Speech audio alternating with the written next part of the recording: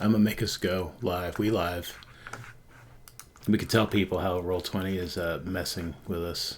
Hi, everybody. Roll20 is messing with us.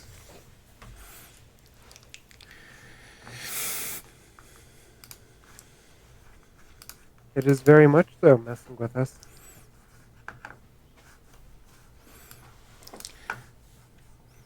Having some serious issues with our tokens, either not showing up or some of their settings have like changed. Which I mean, I fixed that earlier today when I was setting things up for the new lighting because there's new lighting stuff, new dynamic lighting, and yeah, when I went in there, I updated everybody's tokens, and somehow the Percy that got pulled onto this page had like no hit points worth speaking of, and fixing that.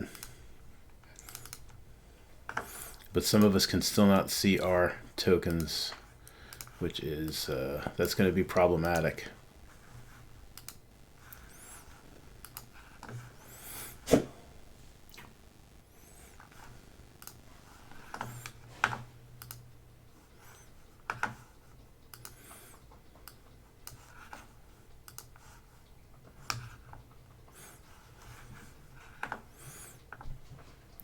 So, who can currently see all of their stuff? I can see all of my tokens, or all of the tokens. Okay. Yeah, I can too. Pry?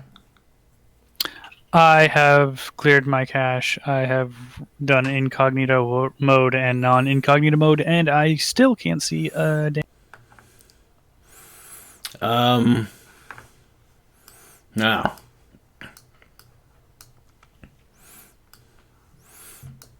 Do you have the Firefox?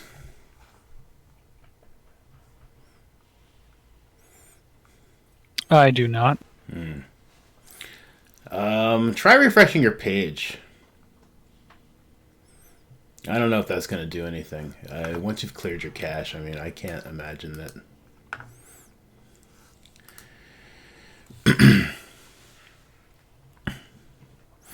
After you cleared your cache, you've closed the whole thing and opened it up back up again?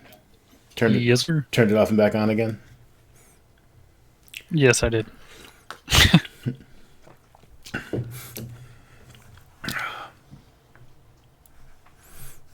Maybe we should tell Roll20 to turn it on and off.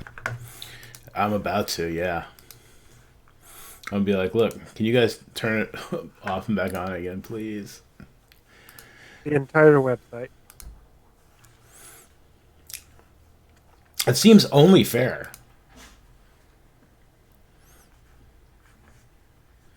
Oh, I can move the torch. I have the power. Which is weird to me. Completely weird, because the torch is a player token. Just like any of these other tokens. The only difference being it doesn't have stats, or It doesn't have a character attached to it. right. Well, I mean it does, but it's like almost like a blank character. I'm the torch now. I am the torch. I will light your way. I will be your light in a dark place. Aw. That's the nicest thing anyone said to me.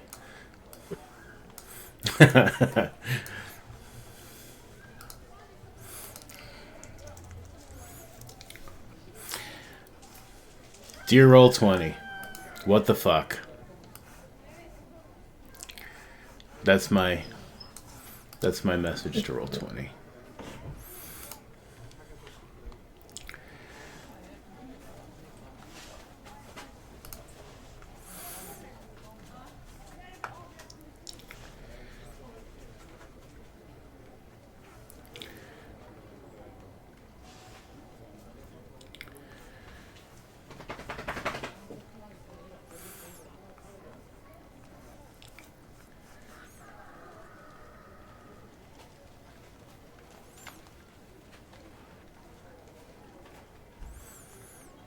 It says that they fixed something today. Number of missing images causing logouts, especially with the 5e by Roll20 character sheet, which impacted character sheets in the VTT. Custom sheets, I don't think that was really... that's not really our problem. I don't think. It could be related.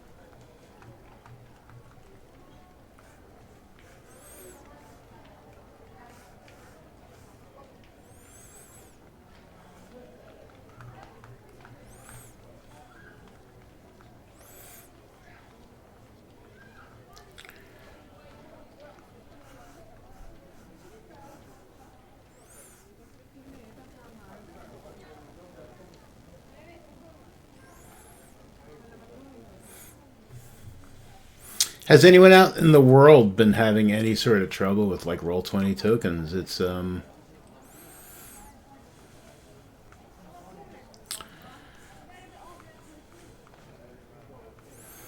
yeah, the only advice is to clear your cache, reload your game, as there's a chance it could have cached some bad server data that they had. This is days ago. All right, let me try something risky. I'm going to take all the tokens off the board. And I just dragged a new Percy on there. Percy, do you see Percy? I'm loading up. Okay. I'm going to drag all new people on there. I mean, I don't see why that should make like a damn difference. It did not make a damn difference. Huh.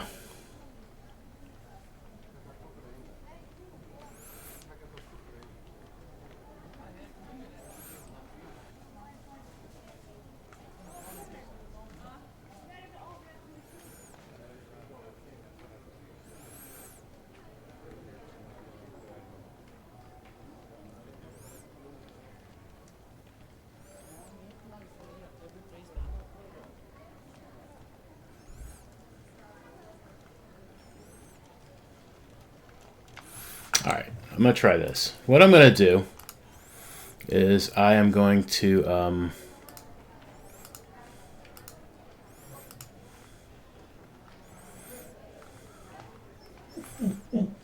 stop. I'm going to try and find your tokens here. There we go. Okay. There's a Prowler. Can see that. You can see that? Yeah, I can see that too. Okay. Yeah. All right. He fixed it. No, not really. I'm about to, though. These are the original tokens before they were added to your character sheets. So what I'm going to do now is I just pulled them back out of the art. And I'm going to reassign... I'm going to reassign them and see if that... I mean, it seems like that will probably fix it. Because you can see them when I drag them on there. HPs. And I can move mine. ACs. You have the what do you call it, right? The dark vision. Never? Right, Yeah. Pry? I know Snivet does. Save changes. Let's open up your character sheet and edit and remove the token. And then we're gonna... You're moving around. You're running away. Save changes. Your token is still there. You can still see it, right? Yeah, I can see my token. Okay, dope. Mine also says Percival and stuff. All right, so Sniva.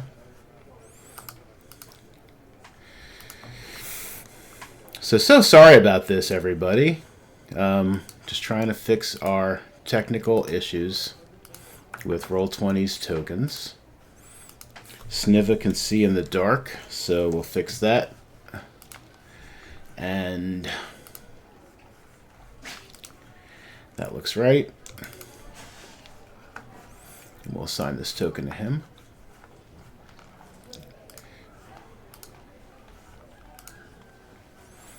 Okay.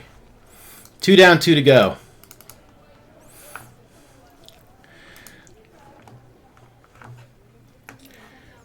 Hopefully you'll have no problem seeing... Where's Kith's character sheet? There it is.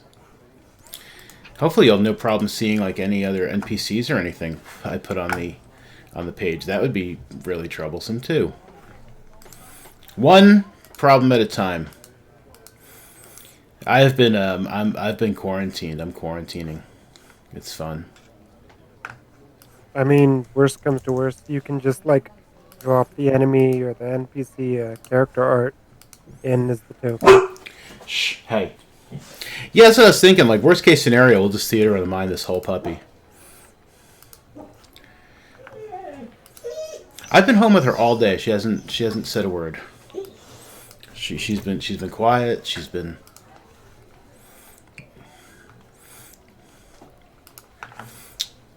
She likes it to talk at the night. Goliaths don't have dark vision, do they? I was just looking at it. Thought they did, but I can't find anything. Okay. Edit. Remove. Yes, delete. Use selected token. Okay. That should have fixed... Fingers crossed, that should have fixed everybody's token. I'm going to remove your tokens from other sheets so that there is no crisscross, weird, random bad things happening with them. Since we're using all new, all the same tokens.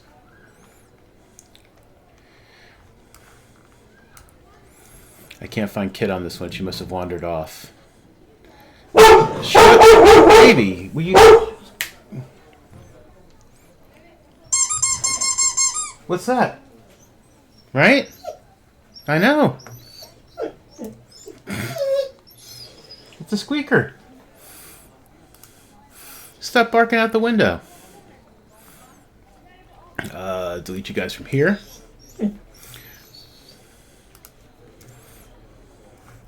Delete Riley too. He's it's not even his name. That was only his name for like a minute. Are you guys on this map? No. Are you guys on this map? No. Okay. So now here's the final test. Hopefully, I'm going to move you guys to this map here. It's just going to be black for now. If you could drag your characters from the journal onto this map, they should show up. They should just be there, and we should be able to say, hey, everything's great. I'm seeing them. I see mine too. Okay. I see mine. Yeah, I see. What am I supposed to see? Drag your Black for me. drag your token off from the journal onto the tabletop. I don't know how to do that. Oh, just in the journal where your character's listed, you just click and drag.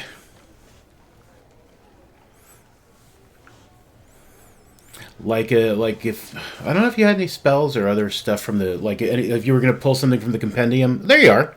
You're really yeah, tiny. but everything's black for me. I can't see anything. Can you see your token? No, I can't see anything. It's black. Oh, fucking hell! Why? What have you done to me, Lord?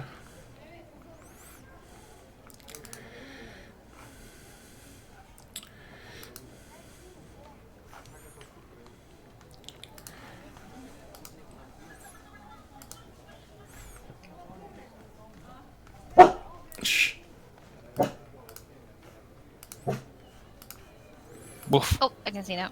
You can see now? Okay. Would you-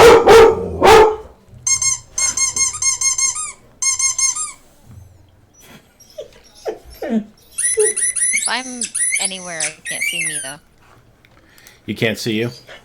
Nope. Oh, you just got like really tiny again. Okay, hang on.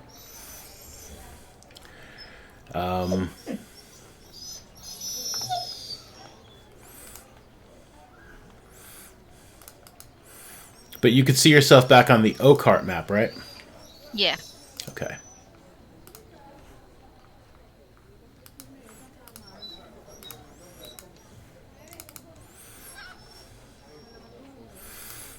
Can you see yourself now in a tree? Yes. Awesome.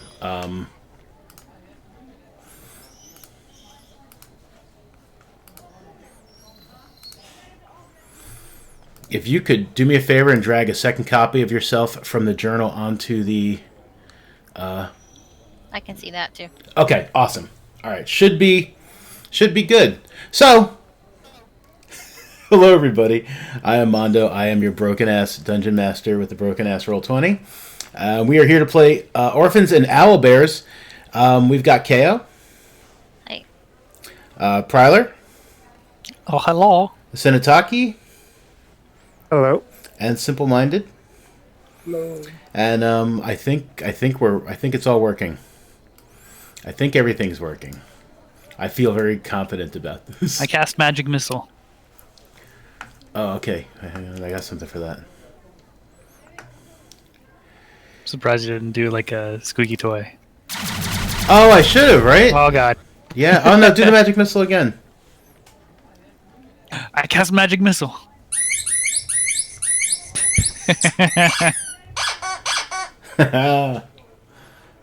Right, she? That's nice, right? She is going to eat my phone. She's absolutely going to eat my phone. Oh, okay. Who would like to run us through with the with what happened last week last time on the Orphans and Owlbears? Not me. Let me think. We got to the tower. Mm-hmm. The Moon Reach Tower. Yep, Moonreach Tower. And KO cuddled some bears. She did. I mean, Kit did. Sorry, Kit. I could have talked to the bears, but I was entertained, so I didn't. I thought that was quite. I like how it unfolded. It did unfold. And then nicely. we stayed with the druid who told us about some shit I forgot about, but some of it I remember. We're on our way to get some dude to stop something from happening. I think maybe. Yeah, it's someone help me. I'm drunk. Yeah, you guys. Apparently, this girl was from a community.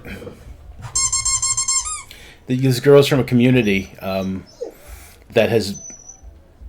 was pulled into the Shadowfell, and in order to save the people, this Furbolg druid Thakard and his companions.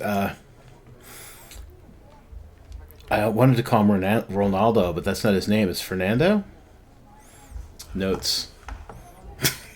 Can't Francisco. Francisco. This guy Francisco. Francisco. And their other companions used this thing called the Light, which they believe was an object created by Palor and Arathis to basically move this community to like a corner dimension off of the Shadowfell, like its own little pocket area, where they are safe. And the letter that you guys had gotten from the girl that died, whose name I believe was Una, it should be in the letter, said that the light was going out and that incursions from, they were being attacked by things from the Shadowfell, and they were afraid that things from the Shadowfell would be sneaking through here as well. Ever since you guys have met this girl, you have been hunted by strange Shadowfell type folks who seem to have hired locals. They've got some like regular folk with them. In the forest, you met that guy, Orphan, and you guys escorted him back to Oakhart. He was still looking for his friend, Corey Lintsock, who he thinks is probably dead. And if I remember correctly, Thakard told you that Francisco had a permanent room at the Mad Dwarves Crossroad Inn. I'm almost afraid to like change maps here, because tokens. But I'm gonna go ahead and do it. I'm gonna do it like some sort of troublemaker.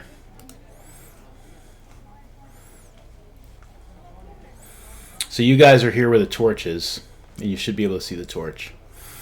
And the Mad Dwarfs Crossroad Inn is up there.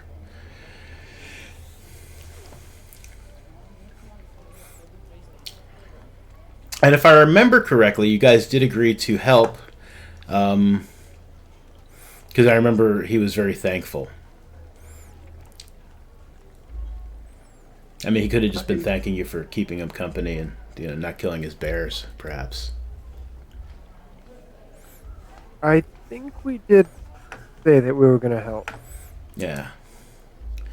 Yeah.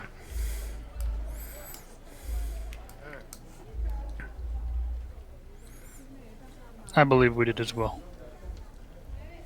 And I think we were pretty much going to rest up and set out like first.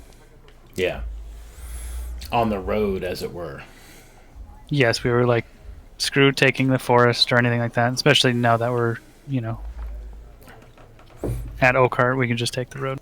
Yeah. Oh, and you guys made 3rd level. Oh, yeah, that did happen. Yeah, that is dope. You are now better at things, and you have, like, you all have your archetypes and paths and other colleges and things of that nature. You guys are all, like, superheroes now. It is dope.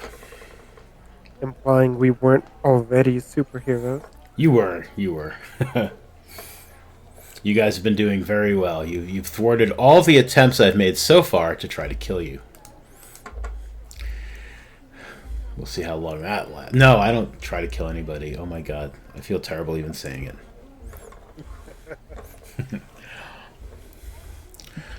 Alright, yeah, so you guys are... nightmares are actually party wipes. Yeah, they are. It's like, no! He wakes up and goes, oh my god. In a cold sweat. Exactly.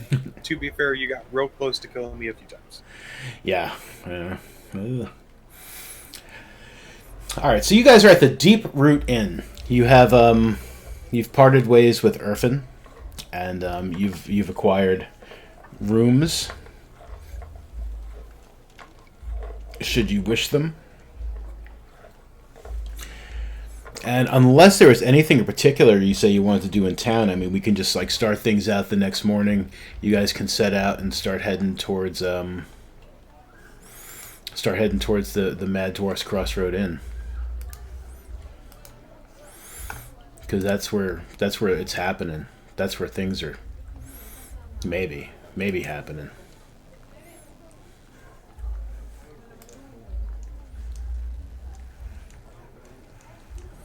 All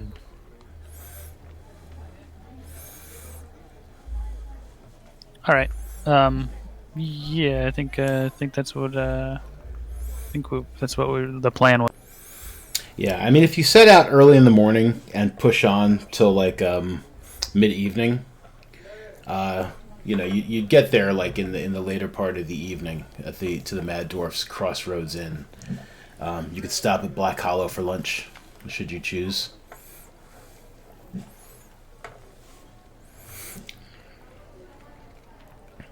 Sounds like a plan.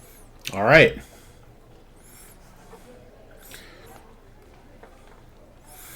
So the roads here are fairly well traveled. So there's not a lot of talk of danger. Will you stop here? Dog whistle. There you go. There's not a lot of talk of like danger on the roads here. I mean, yeah, stuff happens, but they should be relatively safe. Did you guys want to take any sort of precautions? Are you doing anything in particular as you head out on the road towards a Black Hollow?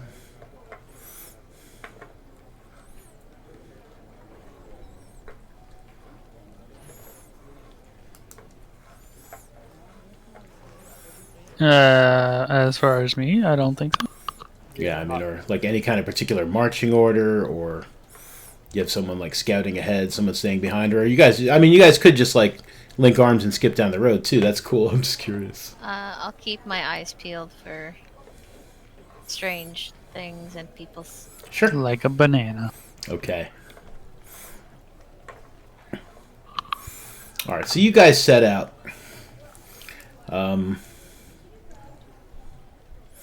It's about 5 miles to Black Hollow. Walking at a pretty good pace. You leave Oakheart behind.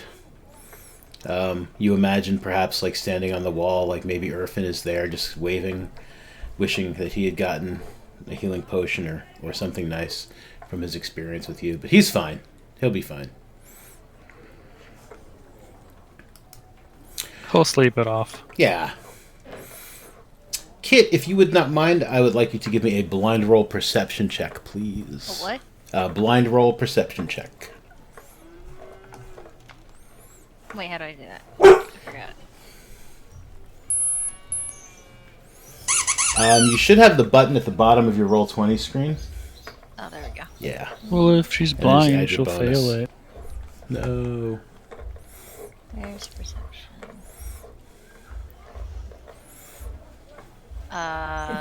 Bonus would be 2. Yep. Right. Yep.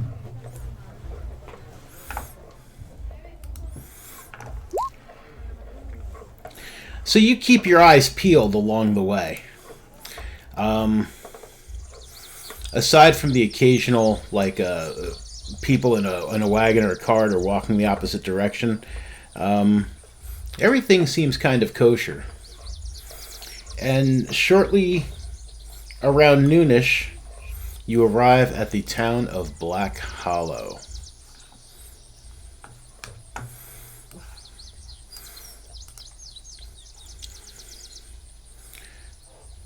The road leads pretty much into the town. However, there is like a path where you could just bypass the town entirely should you wish to do so.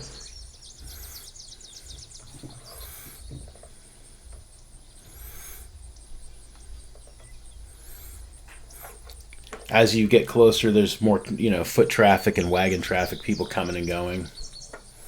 People waving hello. Hello, I'm going into Black Hollow. Time to do the week's shopping. I need eggs and lettuce. Maybe some bread. I'm going to make an egg sandwich.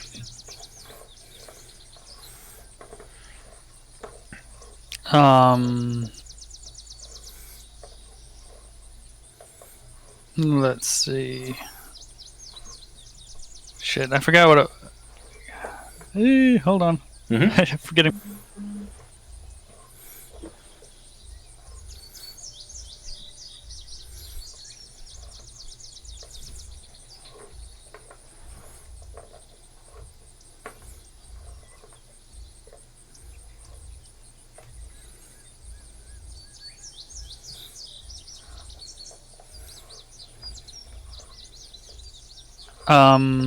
Hold on. I'm trying to figure out how this skill works and if I can only use it once. I was gonna try to disguise myself with the furball, Ah, because I haven't been doing that. right.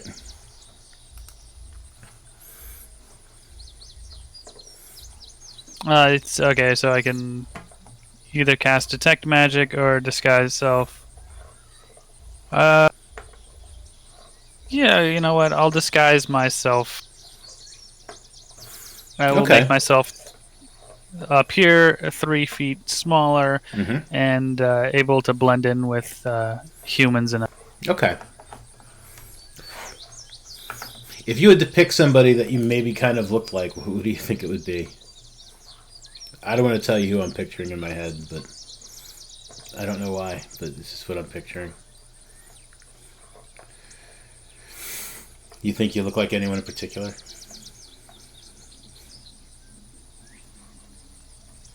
hmm.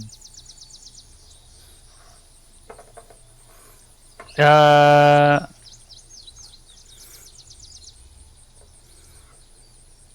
I was thinking of making myself look quite innocent, so I try to think of what a hobbit would look like, at least. But of course, taller. So I would say probably some like Elijah Wood. There. Okay. I like that a lot better than what I was thinking, because I was thinking like Joe What were you Pesci. Joe thinking? Pesci. No, I Joe was thinking Pesci. you made yourself 3 foot shorter, and just like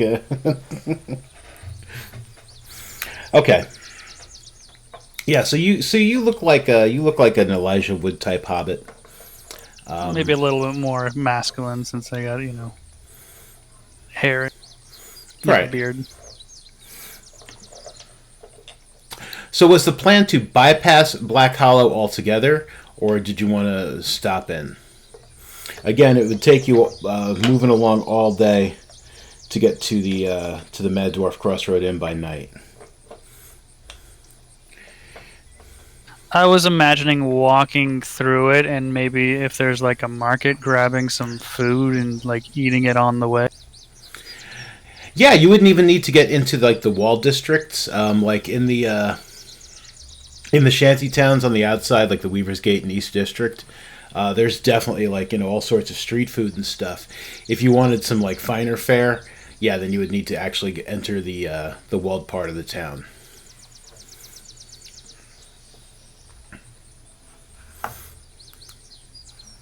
Um, uh, I mean, as far as my character, I would just suggest that we grab some food on the outside and continue on our way. I mean, street food is great. Never would have no issue with eating street food. Yeah, street food's the best.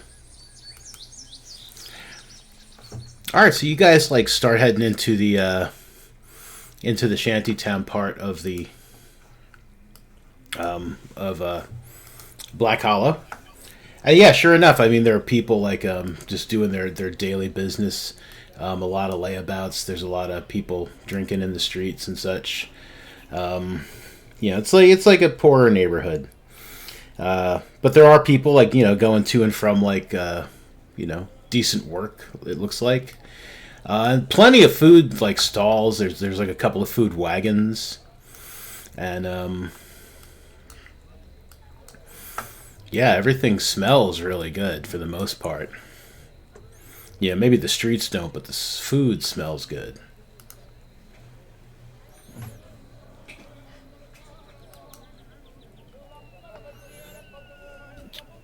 Um, yeah, I'll grab some ham on a stick. Sure. Yeah, there's this guy. He's got like these he's got these sausages that are wrapped in ham. And he's also just got like chunks of ham that he's got on like little skewers. He's got like a charcoal and wood grill going. He's like flipping them over and stuff, like searing the meat. And he's just like, yeah, we got ham here, ham here. We got ham wrapped around sausage. We got sausage wrapped around ham. What's your fancy, my young Elijah Wood friend? Just want some ham on a stick? Do I disguise my voice? I don't even know. Is that part of it? I mean, I don't think it's normally part of it. I don't think it's like a magical feature. But I would imagine you could disguise your voice like as much as you wanted to, like just Yes, like maybe. Yeah. You got any hams on a stick? Yeah, absolutely. Ham on a stick. Here you go, buddy. And he takes some of the ham, like it's like seared on the outside. It's got nice grill marks, and he just like hands it over. Do you have any dipping sauces for this ham? Dipping sauces. Yeah, I got this. We got this nice horseradish mustard, and we got this like, squash tomatoes and vinegar. Cheesy sauces? Cheesy sauces. No, but I could scrape some cheese on it, put it back over the fire if you'd like. Get it melted on there, unless you just want the cold cheese on it. Yeah, you could scrape some cheese on my hams. Yeah, he takes out this like hard cheese. He takes the ham back, puts it back on the hibachi grill he's got going. He scrapes some cheese on like a cheese grater, and it starts to melt on there.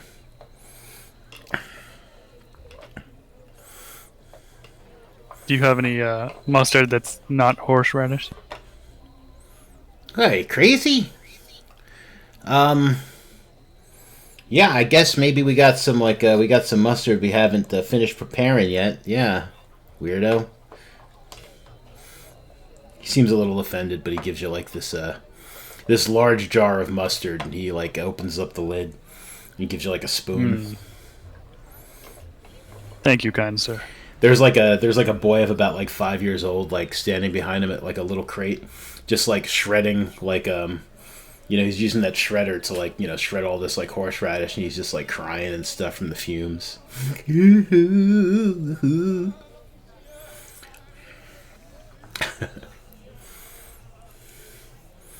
What about your friends? Your friends hungry? You guys want sausage? You want ham? I got both. All right. Hey, friends. You want some food? No, thank you. Never Keep will. your cheesy hams. Never will pull out the currency. Did he say how much it was? It's a copper piece. Never will offer a copper piece. Yeah, he hands over some more ham. So is this like the sausage is like a normal like a hot dog stand with like ham as well, or is that like, these just sausages, like no buns or anything? Yeah, it's just sausages, no buns. He's got like all of these like wooden skewers. Okay. Yeah. He uses to like turn the meat and stuff.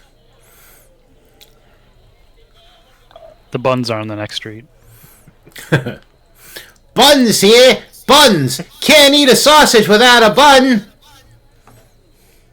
I'll look at him and like, sure, I'll have some. I'll take 2 sausages, add some of that horseradish mustard on them, a little bit, a little bit, then and a ham. I'll try it with the cheese. Cheese my hams too. All right, fantastic. Yeah, 2 copper pieces. Yeah.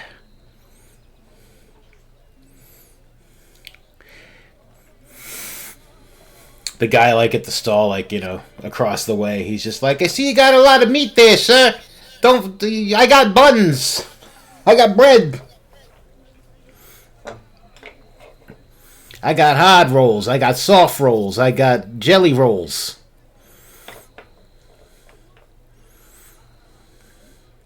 I'm not going to, but I was very tempted to put a sausage in a jelly roll right then.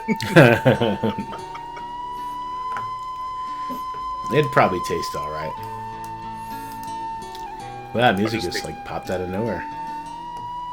Yeah, I was like, wait, what is this? Do I have That's a Percival's somber eating music Yeah. as he reflects upon his cheesy hams. I do not condone the cheesy hams. I do. So you guys just passing through town here?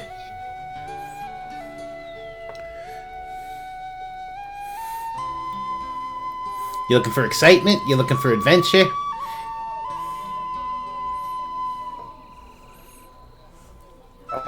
We haven't really looked for it. but it kind of happens sometimes. And then I kind of like, I say that, take a bite of sausage, and then kind of look away as if like, why are you asking? Okay.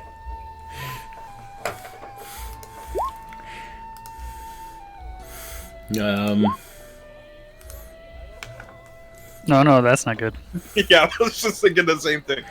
Yeah, no, he takes the he takes the hint. He's like, all right, and he just kind of starts like shouting like over your shoulders, like towards other people. He's like, I got ham, I got sausage, I got pretzels.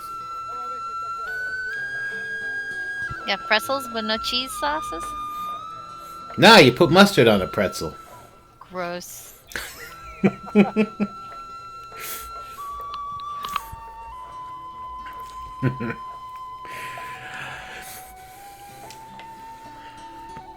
Yeah, I mean, if you guys just wanted to get some street food and continue on, you may absolutely do that.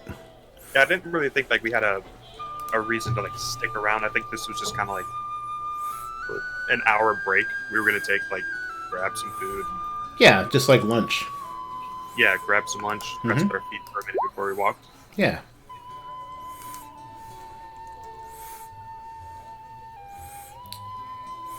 Yeah. All right, so you guys like set back out along the road. Are you guys doing anything like as you're going? Like Sniv, are you playing to like entertain them? Are you guys discussing life, the universe, and everything? Well, he just started playing the flute not too long. Seemingly.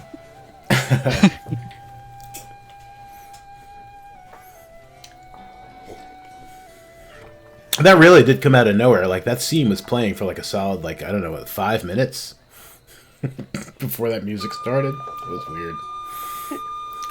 Yeah. Well, I mean, Neva does have a flute and does have a proficiency in flutes. So Snivy, you are playing a lovely song that eases your friends' sore dogs as they walk the path to the Mad Dwarf's crossroads in... Let's actually move this torch a little here. Yeah, so you guys got there. And yeah, eventually like evening falls. You figure you probably don't have too much further to go. It does get dark out. You're still passing like some people on the road here or there. But then up ahead you see some light just as it gets like full dark, and you can hear the sounds of people doing stuff and like, you know, talking and drinking and laughing. It's very faint, but like you can tell like this place is up ahead. And sure enough, as you come over a small ridge, there it is, the Mad Dwarf's Crossroads Inn. At the crossroads of this road heading north and out back towards Hog's Feet Cove. And it sort of looks like this. I mean, not exactly, but I really like this picture of this weird-looking inn. If you remember what that place looked like. I think it looks nifty. I would have tried to map exactly that for this inn, but I'm not that good yet. This place is dope. Wait, what did it look like? Oh, it's loading. Alright. Yeah. Only it's dark and... I'm going to go ahead and say there is a piano like hanging off the side, like someone is for some... You said a what? There's a piano like hanging off the side, like there is in the picture here. Like somebody's been trying to load a piano onto this place and just has given up. It's part of the decorum now. It started raining when they were doing that and ruined the piano, and they just decided to... Yep, exactly. That makes it even scarier. Please, for the love of God, please tell me that as I'm dragging your tokens to the tabletop here... Holy you can shit, all it's see them. tiny. Yeah, you have to zoom in. I put all of the levels of this place onto one map. I did have to make it a little tiny in order to do that. So yeah, you'll have to kind of zoom in, and I'll have to fix that on the stream too. I got to zoom in on that. What's weird is you placed our tokens on like not the grid. Yeah. You have amazing power. I have to stay in the grid. Stay in the grid, Pry. Let me open this. All day long. As we approach the door. Fiona! Stupid dog's gonna be looking for me. Come here. Why you gotta bark at everything, every time, always? Stop. Here's a chimp. Okay. So you guys have arrived at the inn. I'm really gonna open this door now. Yeah, and inside, like, there are people, like, having, like, a really good time. Let me change this, this music here. The guy to the left looks bad. I cast magic missile.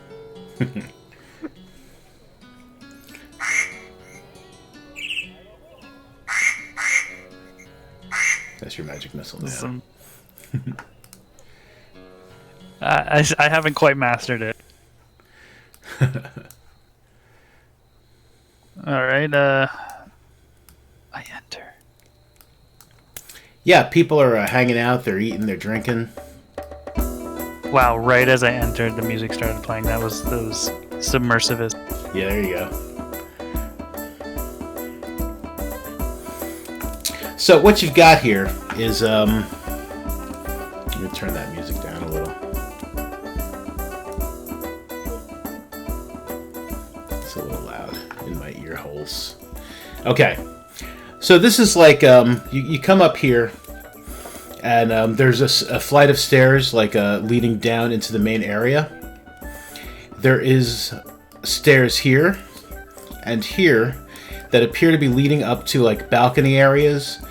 This one's a little shorter than this one. This one's got, like, stairs that curve around, go up a little higher. But yeah, if you go down these stairs, that seems to be the main tavern, and there are people sitting around drinking, talking, laughing. The bar person's, like, bringing people drinks. You can smell food coming from the kitchen. And there is this, like, halfling on stage. He is like he's playing his heart out. He's got, like, a little drum or something too that he's playing with it, I guess, because that's what I'm hearing. But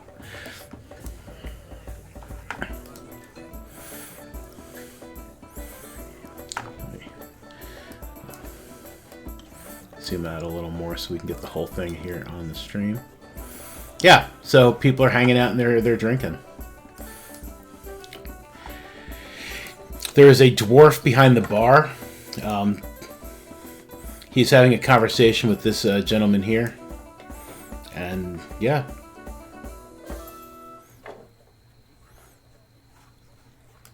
Thank you for my next number. A little tune I wrote when I was hanging out by myself in a turtle shell in the middle of the black woods of Wisconsin, and I think you know it. It goes a little something like this.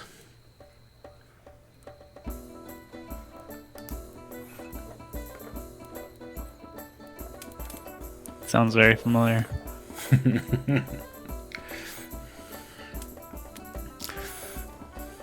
So, barmaid steps up to you.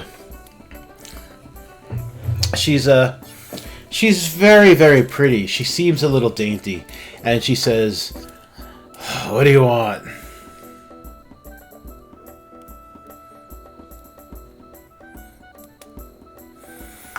You thirsty? You want ale? Something stronger? I'll take a mead. Mead. Fantastic. The rest of you? Ale. One mead, one ale. Water.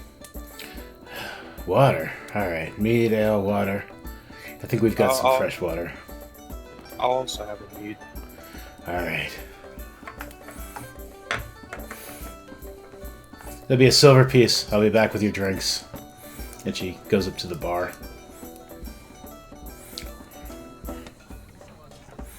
You're definitely getting a few like odd looks from some of the folk in here. Not very, because Percy, you still look like an Elijah Wood, right? I think that lasts for like how long? Like 8 hours? Hold on, let me see exactly.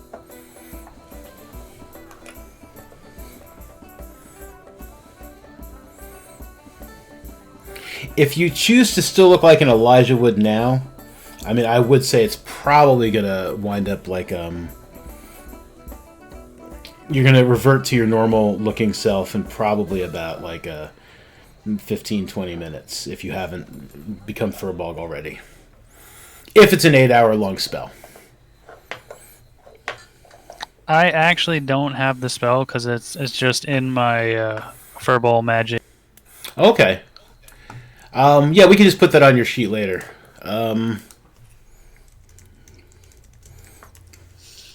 Disguise self. Oh, 1 hour. Yeah, no, you've long since stopped being an Elijah Wood. So you yourself, yeah. So you guys are definitely getting some strange looks.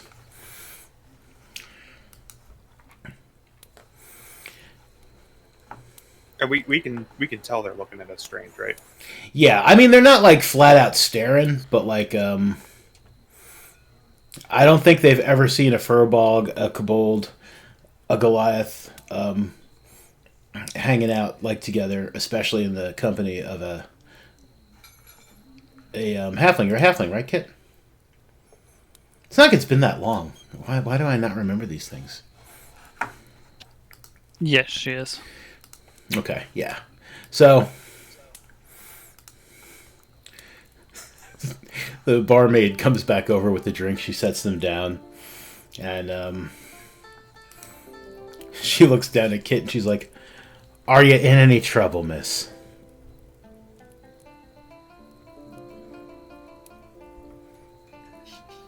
I'm sorry, are you talking to me? Yes. Are you in any trouble? Is No. everything okay? She's like looking at the rest of them. You're fine with these gentlemen? Yes? I'm not a kid? Okay. Just checking. You know, they say if you see something, say something. Here are your drinks.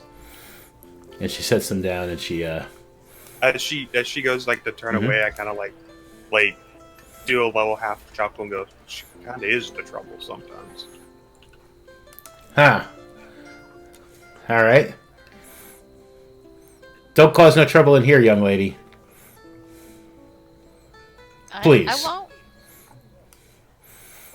And then she goes and she heads upstairs to like take some drink orders from like someone who probably waved at her from the balcony. And yeah, looking up, you can definitely see that there are like people like sitting up at the balcony level. There are 3 people at a table. It'd be like right about here-ish. There's somebody else like leaning over a railing over here. That railing's up a little bit higher. Just watching this halfling play his like songs of love and triumph, or whatever he's playing. Stop. Will you stop, please? Come here. Come here. And occasionally the music makes one of the nearby dogs bark. Yep, there's a dog outside. It does not like the halfling's music. Why? Why now? All day long. Yeah, so people are just drinking. They're doing their thing. The halfling's playing his music. And you got this this stern-looking dwarf sitting at the bar. Every now and then he looks over your way, but not like not in any sort of like suspicious kind of way. Just like the same way he's looking at pretty much everybody who's probably not a regular. You know, he's just keeping an eye on things, making sure nobody's here to cause any trouble.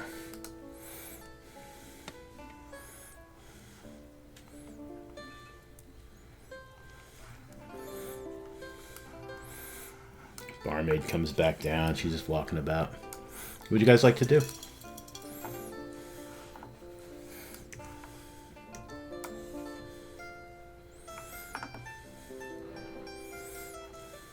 I'm trying to remember. Did we get a description of the guy we're looking for? Of Francisco? Yeah. I do not believe anyone has described Francisco to you.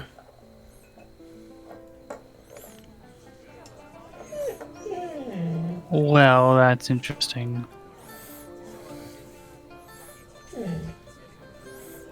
Is there like would trying to think of like there would be a like a history roll or something we could roll to like know more about like this place and kind of what its deal is, if that makes sense. Like if it's just a what's the word I'm putting, like a not legitimate, but like a if there's like any rumors like this back dealings things that go on here, you know what I mean? Yeah, sure. Give me a give me a history check. Yeah. History. Mm-hmm.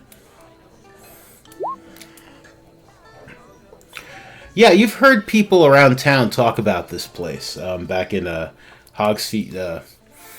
I mean, nothing shady that anyone's like aware of. Although, like sometimes people may meet to do shady stuff. The establishment itself is not shady. It is owned by a dwarf named Thumble,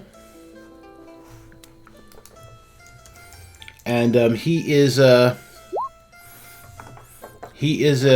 mad dwarf. That's what people say.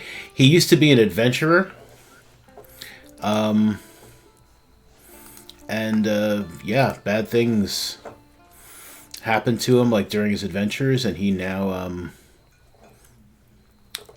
I'm sorry, Tharkum. Thumble somebody else. Tharkum. So he now runs this place. People say he's a little off his rocker. He's a little nuts, and he's definitely given up adventuring. He does host plenty of like adventuring parties who come through. He seems to like to talk to them, as well as just any other travelers who are just passing by for the night. They have quite a few rooms, but nothing shady. Shady deals may go down here, but the inn itself is not shady.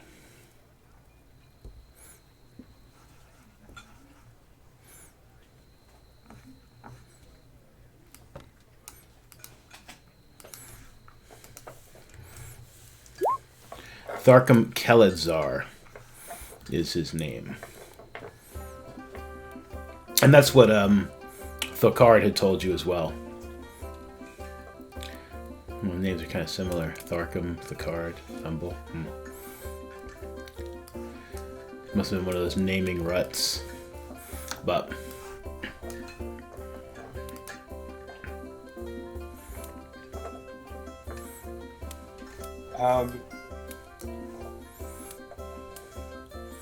I like pretty ladies. The halfling singing. I like pretty ladies and they like me. I like pretty ladies and they don't like me sometimes. Blah, blah, blah. I approached the bar. Mm-hmm. When he approaches, I'm also going to approach, Mm-hmm. because I think me and Fry had kind of like the same idea. Sure. Alright, the dwarf kind of like, he watches you two approach and he steps up in front of you and looks up at both of you. You're both much taller than he is. And he's like, oh, yeah, can I get you? There's a mead and an ale involved, wasn't there? Or were I'll you take both another. meads?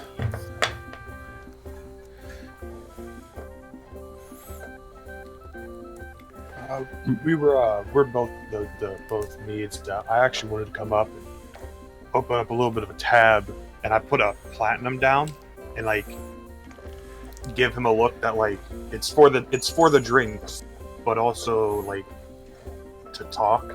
Ah, platinum piece. Ah, yeah, sure, you can open a tab. He pours a couple of meads. Sets them down. So what are your two fine big boys doing this neck of the woods? You Doing stuff, are you?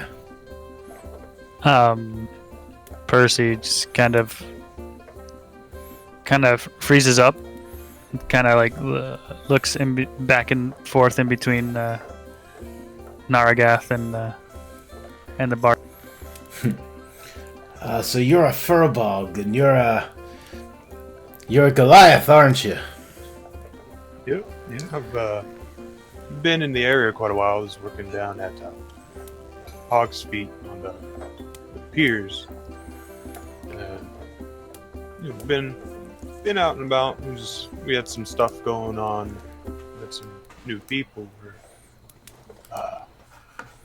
trying to help out a friend. Sure, helping friends is good. Yeah. Yeah, she was asking us to check in to see the well-being of one of her other friends. We've heard he might have hanged out around here. His name was Francisco, right? You asking me as the DM? Yeah. Yeah. Yeah, she was she told us that she hasn't heard from her friend Francisco in a while. And we heard he might stay around here sometimes. Ah, Francisco, huh? That name doesn't quite ring a bell. What was your friend's name? Crap, we never learned her name. Oh, you did. It was in the note. Her name was Una. Right. Yeah, I believe it was Una.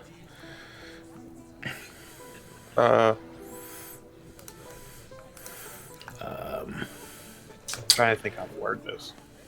Yes, Una. Una. But her name was Una. Una, looking for a Francisco. I'm afraid, yeah, no, I don't personally know of any Francisco. And I don't know of any Una. I'm sorry I can't help you there. Let me get you another drink, he says, kind of like inching the platinum piece like a little bit closer to him. As he starts itching it, Yeah. I like put my finger on it. Yeah. And, like, sit it there, but like at the same time, like slide a gold next to it. It's like, are you sure you haven't heard of Francisco? He looks around, like When, back and forth. Yeah. When he starts looking around, it's like I said, she wants to check in on him, make sure he's fine. He winds up looking towards the dwarf sitting in this like corner booth, and the dwarf looks at him and raises one eyebrow and just like nods, and he says, "You'll be wanting to talk to him in the corner there." I take my finger off of the platinum. I was like, thank you for the drinks. Ah, you're very welcome. You're very welcome.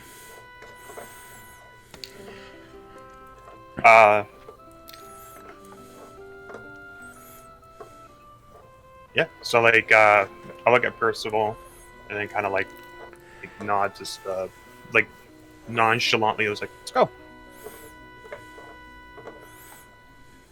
Neva is keeping an eye out for anyone who might be listening in on the conversation. Mm-hmm.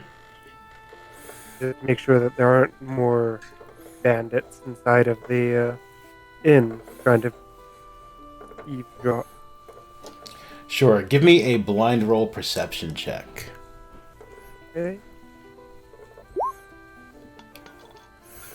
Okay. Everybody seems to be involved in their own conversations or listening to the bard play. Nobody seems to really be paying much attention to you aside from like, you know, the double takes, like as the two big guys are like walking past. The occasional double take like back at you. You're probably the first kobold that's come into this establishment in probably ever, I would probably say. At least, you know, one that isn't trying to feudally raid Mhm. place like this. And I mean, you're dressed like really cool with that hat and stuff. So like, yeah, I mean, I definitely think that helps. Like if you were sitting drooling in a corner, like picking at your teeth with a dagger, that'd be one thing. But I like this hat. This one dwarf, like he kind of staggers out of his booth. He's walking past you real quick, and he just looks down. And he's like, "I like that hat, mate," and starts staggering in the other direction, like maybe he had to go to the bathroom. He winds up leaving for a moment. Never will, kind of nod his head and bow down and thank.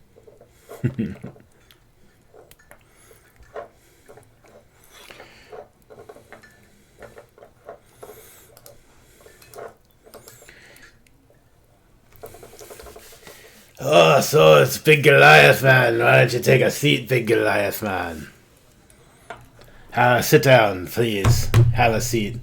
You had... Oh, your furball friend, yes. Have a seat, please. These are booths, so like I'm just gonna slide in. Yeah. And I will motion him to scoot down, and I'm gonna sit next to. No, I can't be cornered, sir, please. He's kind of like rocking back and forth. He seems like a little like off. If you'd like, I can get out. You could go in the corner.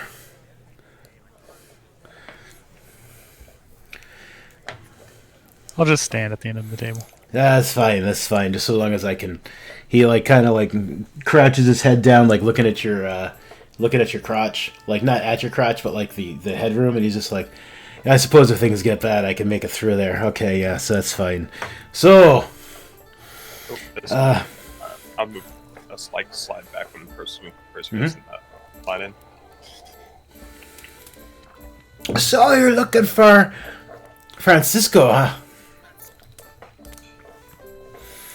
Has he got some trouble with you? You got some trouble with him, Francisco? Did he do you wrong? Did he make off with your valuables? Did he steal your woman? Did he just insult you or your mom? Actually, as we told the gentleman at the bar, we've been asked to kind of check in on him, see if he's okay, because some of the people he knows, some of his friends, He owes someone money. Does he? Oh no, I'm asking you. It's like it sounds like No, actually, she was actually very concerned about his well-being and hoping he wasn't in trouble. ah. And who was this? Who is this lady who's concerned about Francisco's well-being?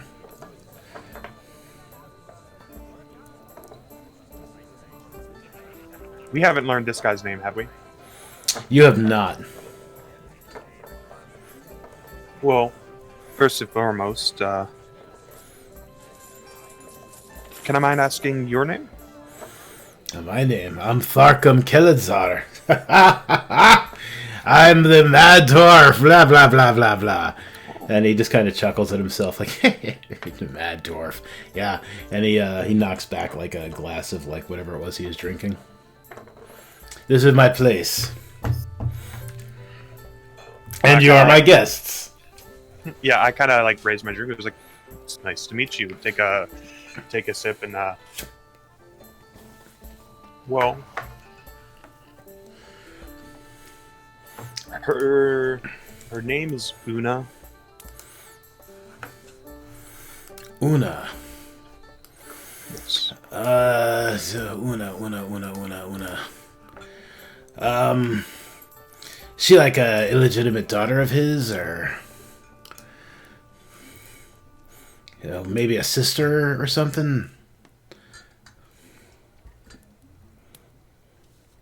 It wasn't entirely clear whether she was related or not. But she was just definitely very weird.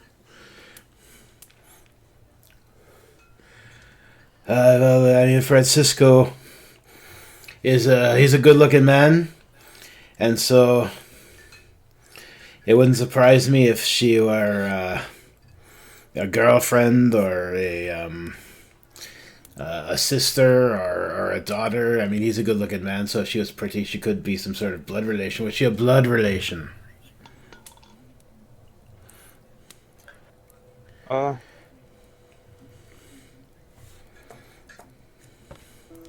Are you sure you won't sit down, big man? Carrying all that weight around on your feet. I'm gonna be honest, I have no clue what you just said. I want to know if this big furbog man here, and he kind of like pats you on like the belly, Percy. I want to know if he'll have a seat. He looks like a wall next to me. He's a big boy. You're a big boy too. I don't know how you fit in this booth. You're both so big. Yeah, no, I motion for Naragath to move because he's making us big people all sit on the same side of the booth. Seems It's like a really tight fit. You're both like kind of squeezed in there, like crammed in there. You fucking hear the bench just creak like it's about to fucking. Yeah, absolutely. When like Percy sits down, like we hear like the creaking. It's like, just you asked us to sit down. Yeah, no, it's we're used to heavy, armor. Half ogres come in, sit down sometimes and drink. If it splits, we'll fix it.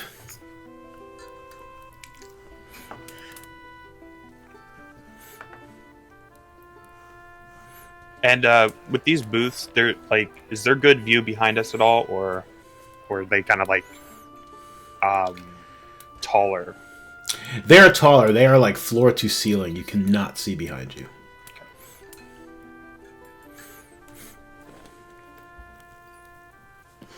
Yeah, so I don't know this Una.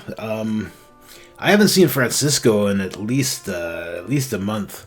But last time I saw him, he seemed to be all right. You cut out there when you said he seemed like. Oh, he seemed like he was all right. Last time I saw him. Doing well.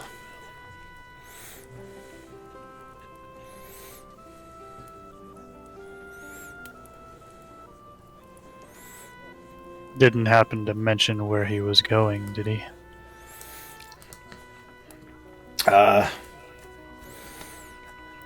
I don't recall if he did. So you're just trying to check on him for this girl, this Una. We are kind of checking on him, but we also have to, get him a letter from her.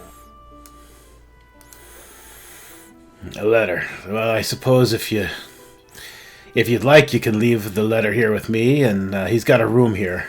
And when he returns, I'll make sure he gets the letter. He's got probably some other parcels and letters and such waiting on him. We used to be friends. Well, no, we were still friends. We used to work together. I don't do that work no more, but he still does. He still runs about,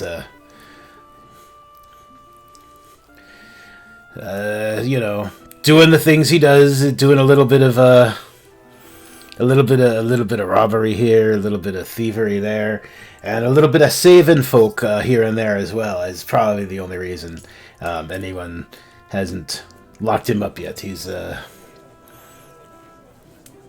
guess he's a bit of a hero. With clay pedestals for feet. I think is the saying.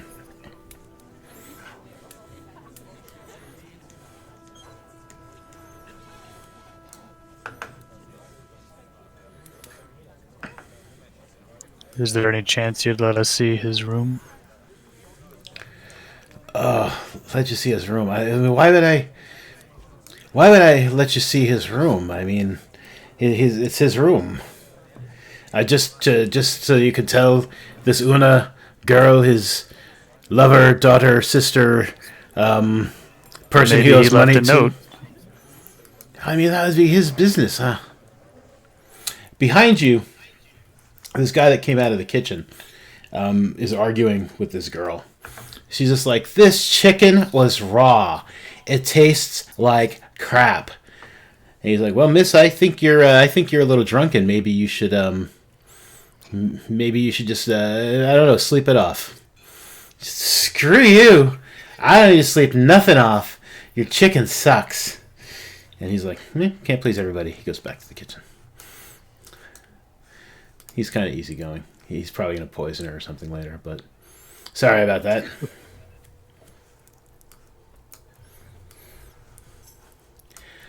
Your chef is rude. The chicken sucks. And everyone just kind of ignores her. She goes back to her booth and starts eating her chicken.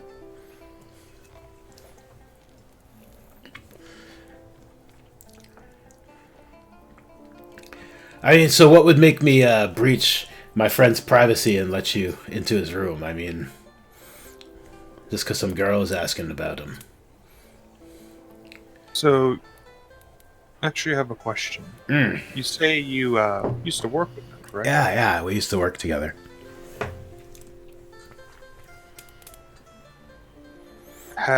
When you worked with him, this is going to be probably a strange question.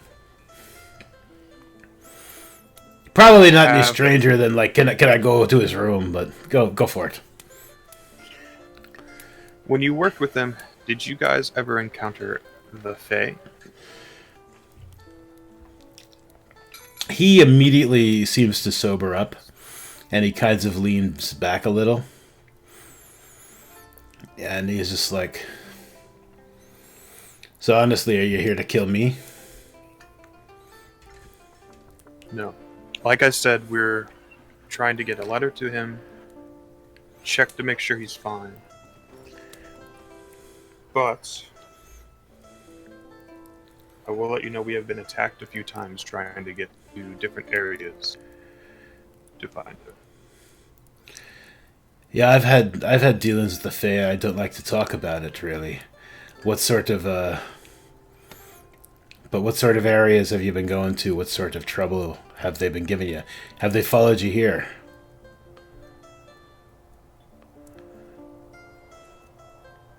And so the girls who the lady who attacked us, like they said the Raven Queen, right? If I remember correctly, is that what? Yeah, that's what she claimed. Yeah.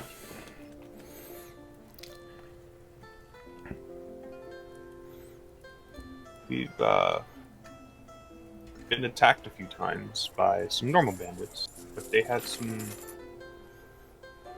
I would say, a little bit stranger people with them who, during the fights, kind of almost seemed to fade away. And I give him, like, I look at him, like, not sternly, but, like, seriously, like, one of them said the Raven Queen. He immediately goes, like, pale. And,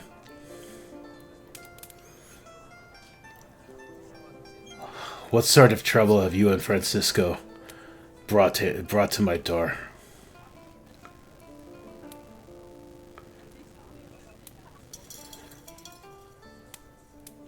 That, as far as we know, is to be seen. Like I said, we have stuff to get to him. I don't deal with the Fae no more. And to the best of my knowledge, Francisco doesn't deal with them as well anymore either.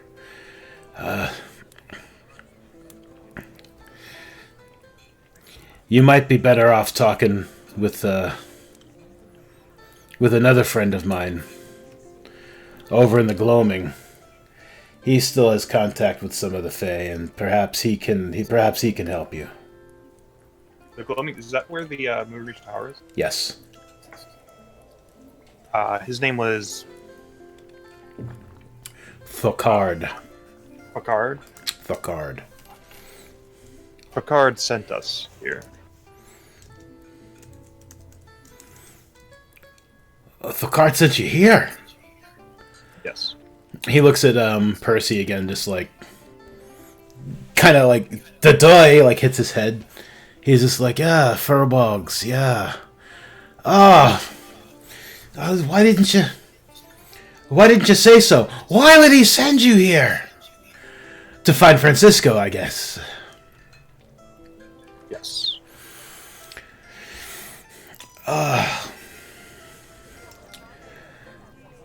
Look, I didn't mention it earlier because I had to kind of gauge how much I could share, if you know what I mean. No, I understand. I'll tell you what, I appreciate your caution, and you'll understand if I have a little bit of my own. I haven't been. You notice, like he's got his hand up, and it's like kind of like trembling a little. He's like, I suppose, you understand if I need to do the same. The Fae and I, especially Raven Queen.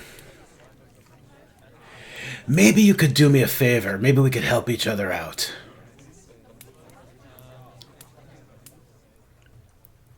You wouldn't have to go very far. I like kind of like give Percy a look as like, you up for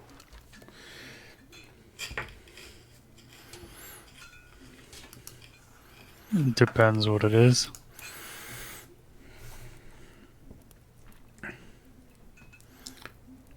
If you could both give me a persuasion check, please. Doesn't have to be blind.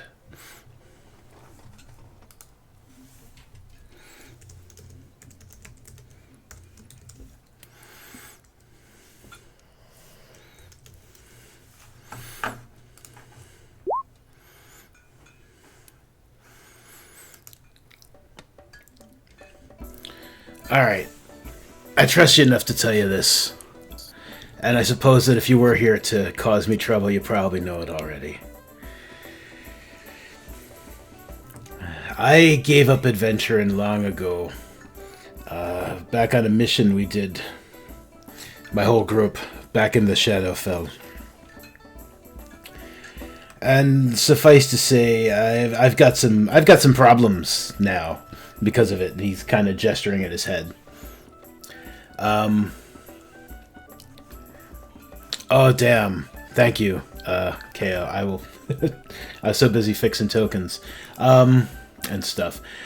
Damn! I'll fix that later. I'll fix that in post. This is Owls and Orphans and Owlbears, everybody, not Legends of the Border or whatever game was. Yeah, sorry. I'll fix it on break. Back in. All right. Yeah. So I've got some problems, and he gestures at his head, and I've. Have you ever been scared before?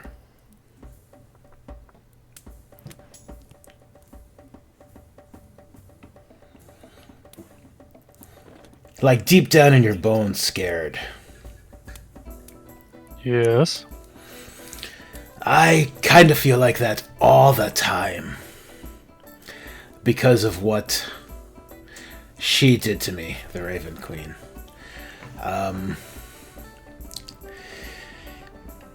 So anyhow, the past couple of years, every so often, I get,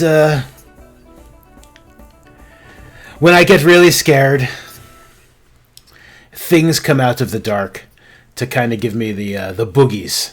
They go, boogie! It's a little worse than that.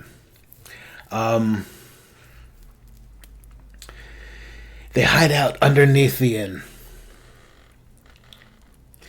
I've been sleeping in this booth for the past 3 nights because I daren't go downstairs to my room.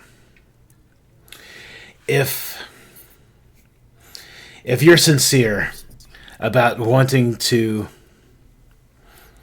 get my help to help you find Francisco and let you into his room, if you could go down to my room and take care of these damn Fae Boogins, I will let you into Francisco's room, and I'll let you sleep here for free until they come back, and then maybe you could take care of it again, because they will be back. They always come back.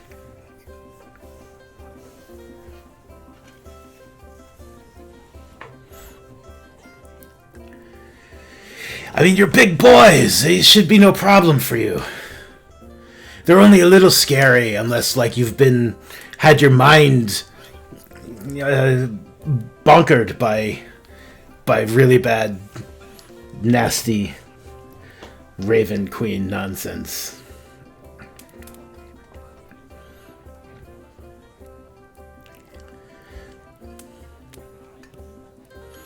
I'd love to sleep in my own bed again.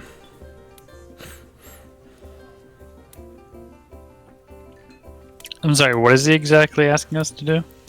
He's got some sort of, like, Fey Boogins, is how he's describing them, in the basement of the inn that are there basically to, like, to bother him, maybe to scare him, it seems like, or worse, or, you know, who knows. But he would like you to get rid of them. And in exchange, so he got some shit in the basement we need to get rid of. Yeah. If he gets rid of the shit in the basement, then I'll definitely help you out.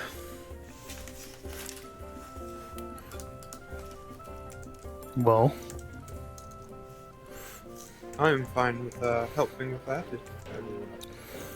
sounds like something that needs to be eradicated, anyways.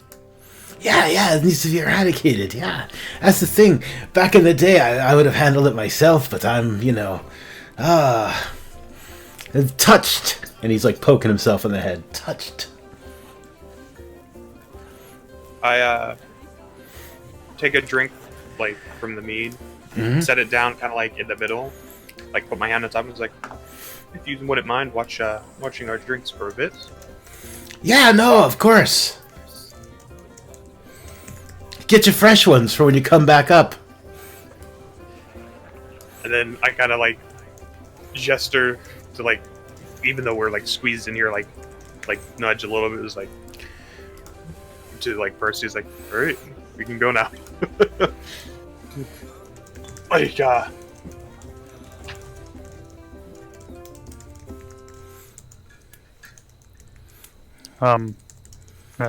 how do we get to the basement? Oh yeah, to get to the basement, well, there's two ways. You can go out the back. There's a loading area where we lower the barrels and the foods and stuff in, or you can go in through the basement door, which is in the kitchen. Either one is dope.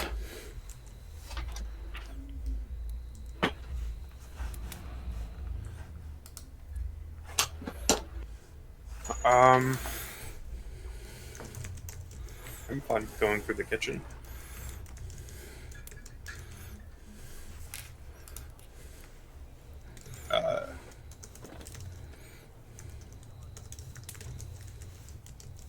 At this point, I'd say I'd probably head back to, like, the table.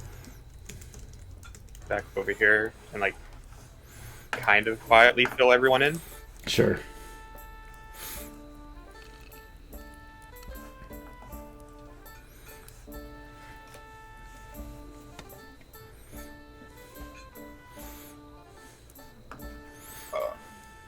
Is this the kitchen? Yeah, there's a door there where you are at the bar, and there's a door that the waitress has been coming in and out of over here. And then there's a trap door there, yeah. When you go into the kitchen, like, the chef is he's preparing meals and stuff and complaining about the girl who's complaining about her fish. There's another guy chopping vegetables over here. This guy, I love this guy. This is their chef. It's Gwen Matthews, the chef.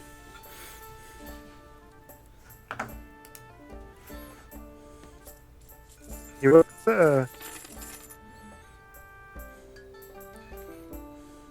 rather fancy.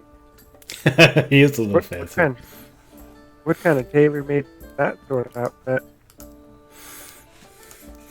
He got his clothes special at the chef school.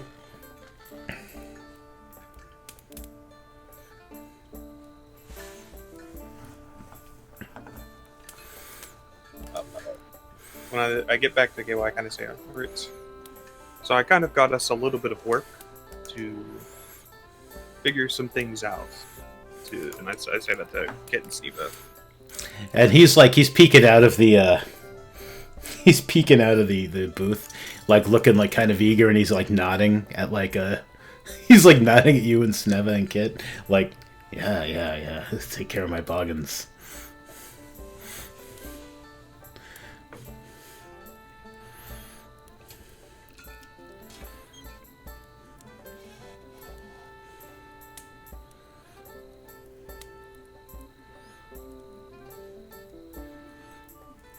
Never will get up from his chair to pretty much as in accepting to start this work. I'm in if everybody else is, I guess. All right, cool. All right, so why don't we take a quick break here? Alright. I have fixed the stream title. Thank you, KO. Welcome. I appreciate that. The episode is now called Boogins in the Basement. So, yeah, so we'll be back in a few minutes. Thanks for hanging out. We'll be back.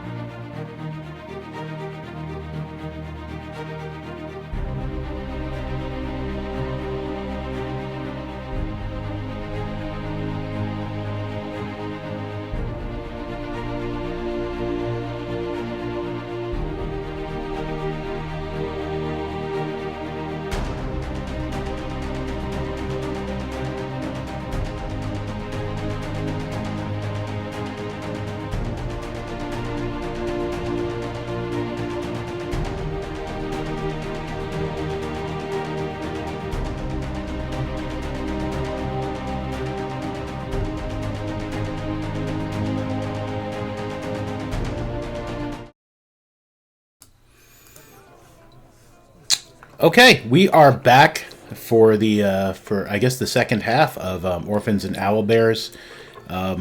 Session 4. I didn't get that in the title, but I can fix that in post. Boogins in the basement. So you guys have met good old Tharkum Kelidzar, who was once companion to or Tharkum, whose name is too close to Thakard. This is what happens when you write stuff down and don't say them out loud.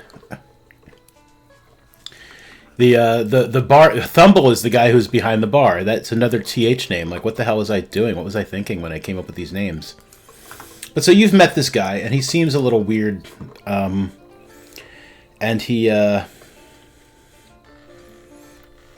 definitely a bit off.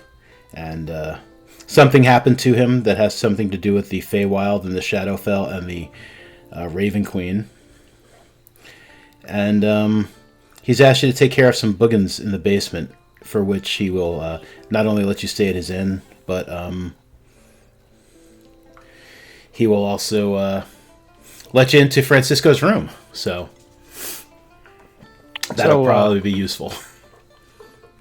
Just to mess with Mondo, I say we all just don't go to the basement. Yeah, that's fine. And then he'd have to rename the episode too, unless there's still boogins in the basement. There's still boogins in the basement, yeah.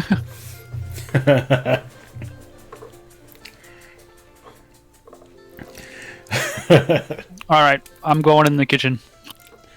Okay. I bust open the doors and I do a combat roll in. Nice.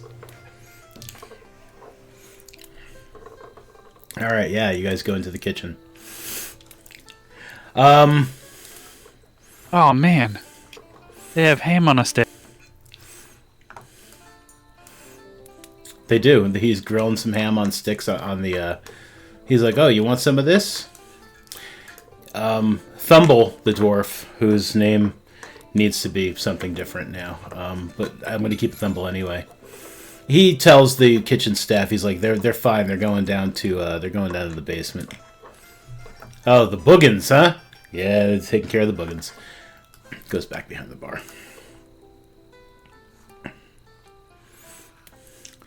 Kit, you go into the basement as well? Alright, I am going to... when you guys look down in the basement, it is dark in the basement. I am about to change the lighting and move you guys to the basement portion of the...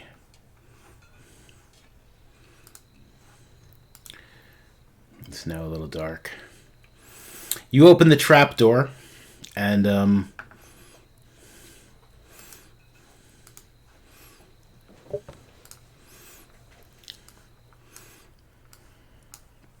I will put you all here now. Let me shift you.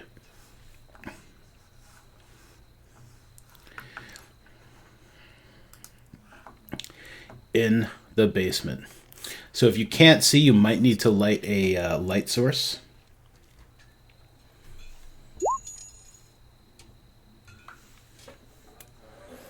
Two of me. Are there two of you? Yeah. There's also two. Oh, I should have deleted you guys from this here.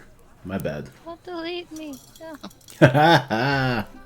Woo! Alright. Did I leave anybody behind? No. Okay.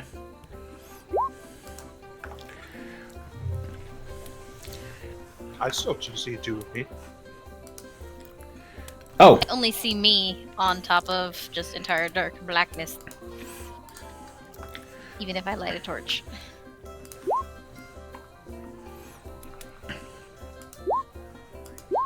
I think I'm not with you guys anymore. No, I think you're... Here. Roll 20 is just... I don't know. Oh, there we go. I lit it manually. I had to do it manually. Naragath, do you have a light of source of any sort, or are you just going to look by Kit's light, or... Nope. Do you want your own light?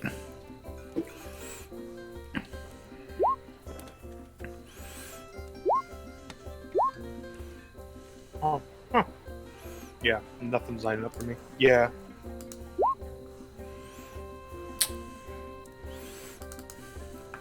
Guess everything's still dark for me. Yeah, everything's just broken. Some of the brokenness has to do with the updates they're doing to dynamic lighting, I think. That's still kind of glitchy. All players see that light. Let me fix that on Kit as well, because all players will see that light, that torch. Okay. Alright, I think you can all see now, yes?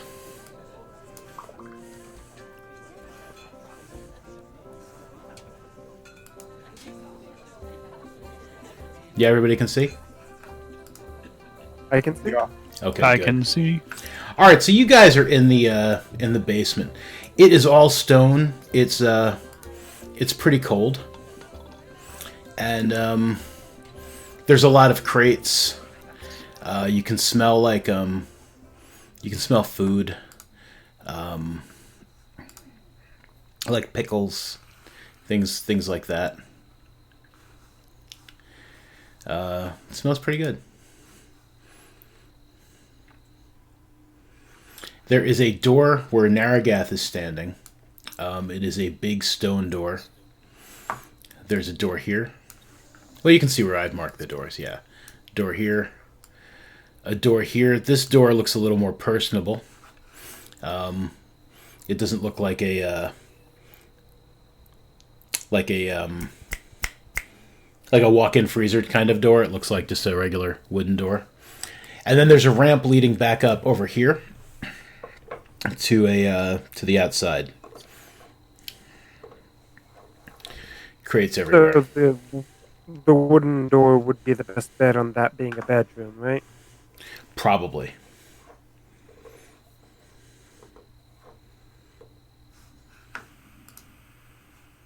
Can I check for traps? Mm-hmm. On the door, or Everywhere. yeah, go ahead and give me an investigation roll. Oh, what? Investigation. Investigation. Nice. You don't detect any traps. Nothing seems to be trapped or anything. Looking around, the crates seem to be stacked very neatly, but it looks like something's been like maybe picking at them, like trying to pull like little loose planks up and such. I think there might be big rats down here, guys. Or something. Maybe.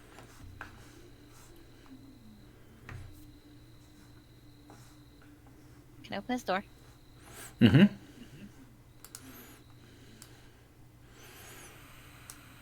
You open the door. It's very cold inside. There are more crates.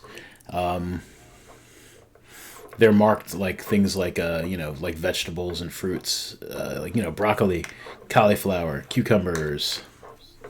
Is there anything interesting in the room or off? Give me a perception check. Yeah, everything seems okay. It does seem a little cold though. Get like a little shiver down your spine. Everything's okay in the vegetable room. Are you gonna close that door? Yeah. Okay. I'm gonna open this one.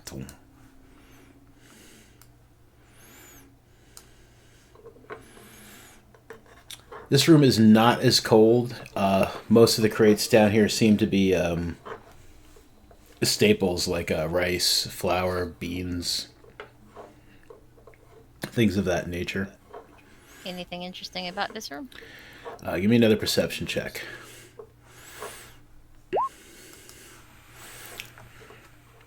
Yeah. In the back of the crates, you think you see something move in the shadow of your torch. Guys, there's something in here. Moving. Nope, no one else concerned? Okay.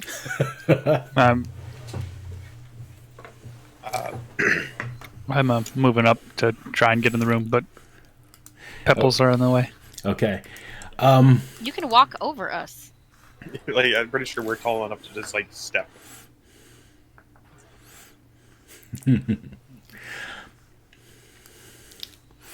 Once you guys step into the room, there is a really loud, like, hiss. And something jumps up on top of the crates and looks like it's about to try to jump down at you. You are not surprised because Kit definitely saw it, whatever it was. So it does not surprise you, but it looks like this.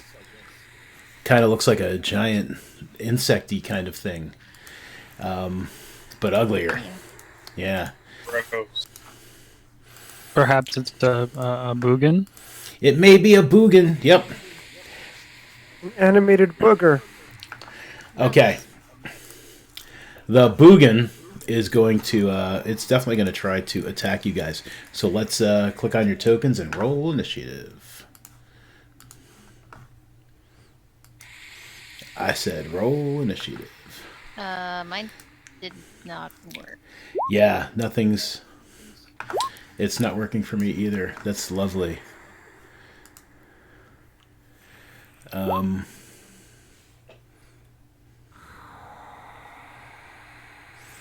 Click on your token and just hit that roll initiative button again. The one that is in the chat there. Damn. All right, let me... What the hell? Are you using the initiative on your sheet? I've never seen those I numbers clicked the before. button below our tokens. I'll click on my sheet now. Yeah, click. There we go. Okay. I don't know. It still gave... That's weird. Yeah, it's just not working for me at all. So I'm going to have to use the sheet as well. I don't see the turn order. Yeah, it is absolutely not popped up yet. It's my thing is broken. Roll20's just broken like all over the place. This is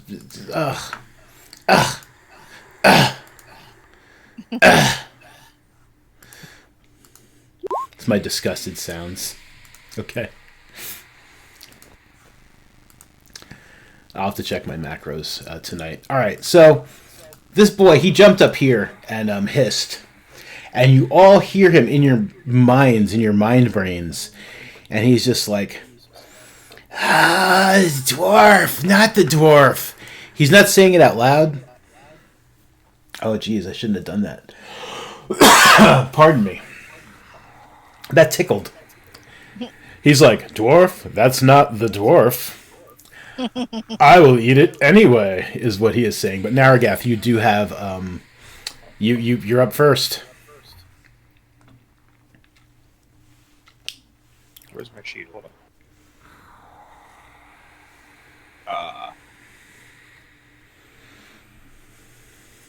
I can't get closer to him because of the boxes, can I? You could climb up on the boxes. There's like, it's enough to climb on. It'll cost like half your movement, so moving like 5 feet onto the boxes will be like 10 feet, but you can get up there.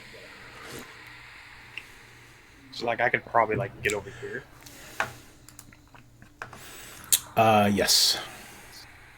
Actually, no, it'd probably be just quicker to go over there.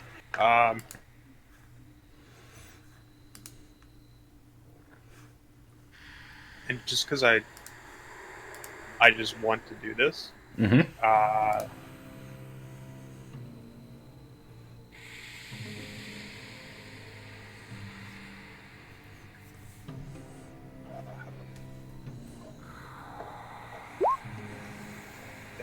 just because I want to use it since I have it. Yeah, absolutely.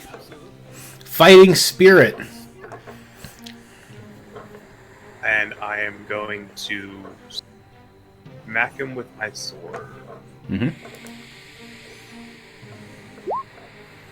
Yeah, that's a smack.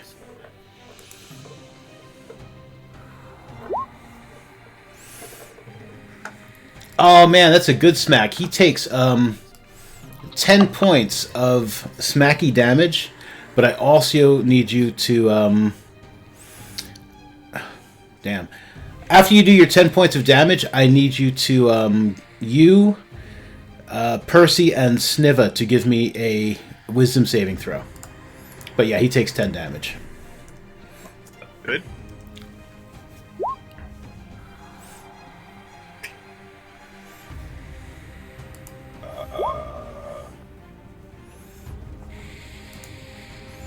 Just okay.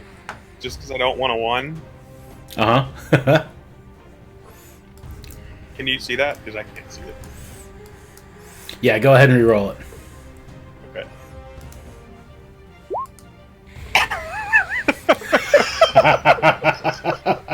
All right, game. Let's do this. Fucking game. All right. Okay. After you jumped up there Hold and on. smacked him... Oh, I'm wait. gonna expend a card for myself. To Okay. Alright. Yep, go ahead and add that as a d6 to any attack, saving throw, or skill check. You're using that on yourself?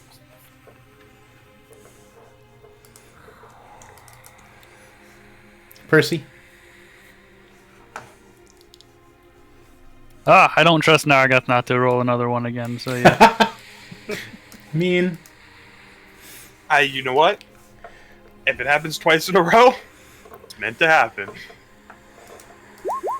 And I use this on myself.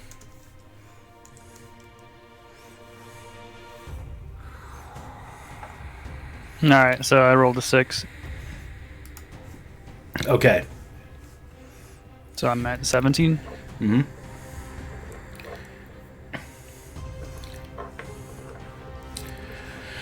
Okay, Naragath, you can roll again. Lionel Richie gave you Rich T gave you advantage. So it's 3. I'll just let you roll again. Oh, okay.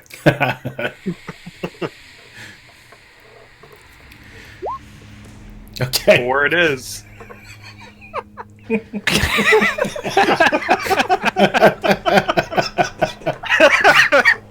It is not a 1. It is not a 1. It is Told not you a it's 1. meant to be. Yeah, like I said, if it happens twice in a row, it's meant to be. All right, and Sniver, you were using this card to give yourself advantage. Yeah. Okay. All right, so you guys who are all close up on this thing, you are overcome with a sense of fear. Percy and Sniver, you were able to shake that off. Naragath, I mean, there's a 1, and a 4. I mean, you are absolutely, positively. This thing is scary as fuck to you. It's scarier than you think it should be, maybe even. So you are frightened. Is that in my turn? Nope, you still can make you still got your bonus action. You still got more movement if you want to take it. You can't willingly move closer to the source of your fear, and you have disadvantage on attack and ability rolls. But yeah, you can still like attack it even though you're scared of it. So does my fighting spirit kind of negate the disadvantage then? Yep, it would be a straight roll. Okay.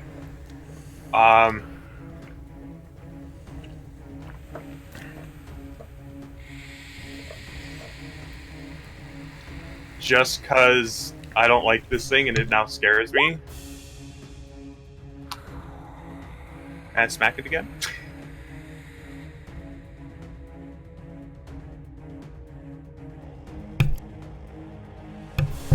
Absolutely. Sorry about that. I muted my mic and it wouldn't come back on. Absolutely. And if I remember correctly, fighting spirit is on weapon attack rolls up to the end of the current turn. Okay, so Yeah. It'll be just a normal one, no advantage, no disadvantage. Right. And that will hit it.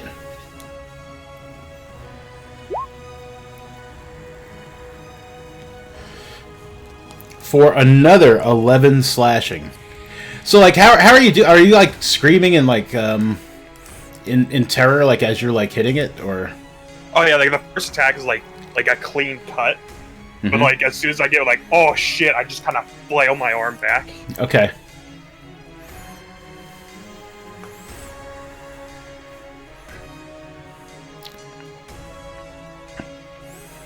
And will that end your turn, or are you gonna like try to move away from it? Yeah, that's all. Like, Okay.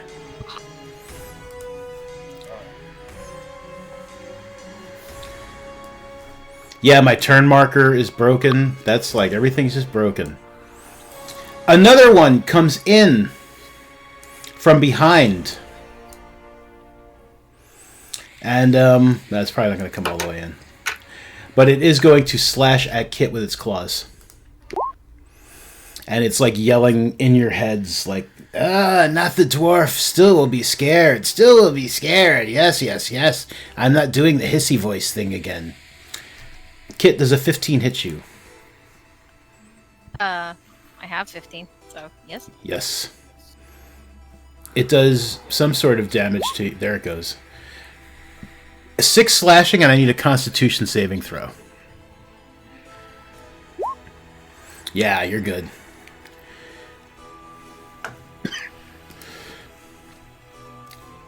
And it will be Kit's turn, and I need you to make a Wisdom saving throw to start things off. Nice.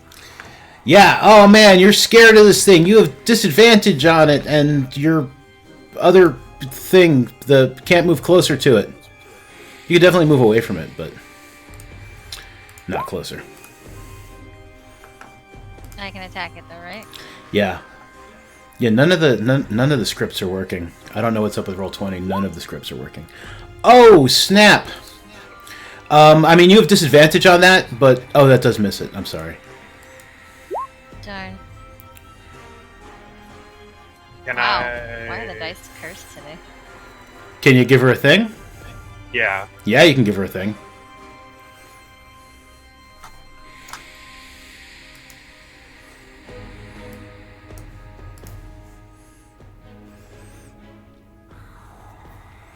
I was attacking that one. Oh, that one. Okay. I mean, it still has the same armor class, but... What's the thing you want to give her? Did the advantage in chat, unless that was the wrong thing. Oh! Oh, okay. Nope, I just did not see it. Yep. Yeah, Kit, that hits, and it crits. So it's all that damage. 15, 20... 24 points of damage. Kit, these things are terrifying. You're terrified of them. What's it look like when you kill one of them, despite the fact that you're terrified of it? Just cracks down the center and oozes goo. Excellent. All over the right. How do I end my turn? You can't. Everything, all the scripts are broken. Aha, it's my turn Yeah. forever. Yes. This guy's dead. He doesn't get to go. Naragath, you are no longer scared of that one. Because it's dead. Sniva!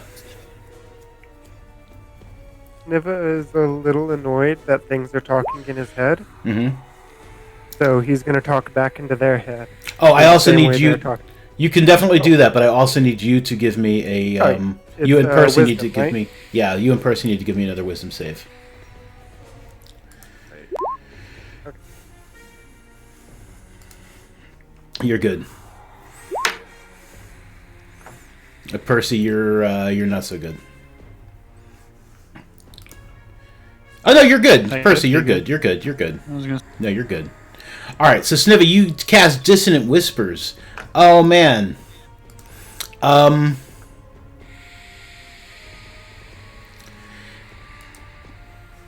Let's see if it can make a. Let's see if this works.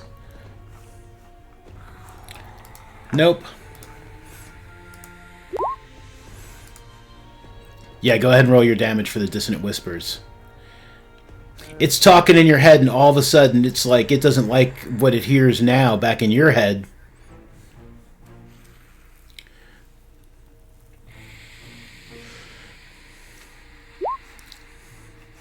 It takes 12 points of psychic damage. It screams out, and it will, It runs away. Uses its reaction to run away from you as far as it can. It comes all the way over there. No, no, I don't like the sound in my head. It's terrible. Percy. It's not the ham on a stick. But we can scare it anyway. I take. I go to the next room, walking at a brisk pace. Yeah, And it's like I sitting by will the stairs, like holding its head and like rocking back and forth. walk and it's, like, towards it, hissing. and as I'm walking, I will cast Sacred Flame, walking towards. Sure, yeah.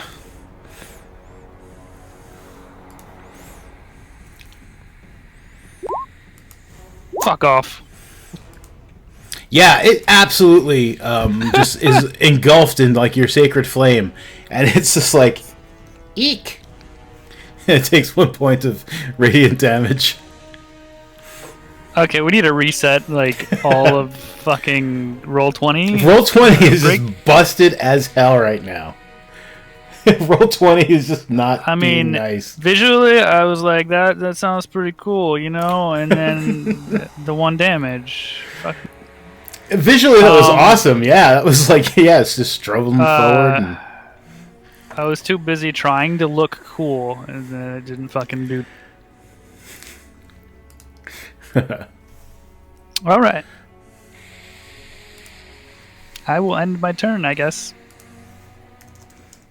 Okay. Naragath. With climbing off of the box, can I make it out of the room? Yeah, it's going to take you an extra 5 feet of movement to get down. It's not as hard as so that'd be like 10. That'd be like 15 feet there, and then like another what? I forget. Was that 20? Do the So that would be. You can get as far as there or up there. Oh, you can't see. You can't see. You can get here or here, where I'm pinging. So like here. Yeah, you can get there. Okay.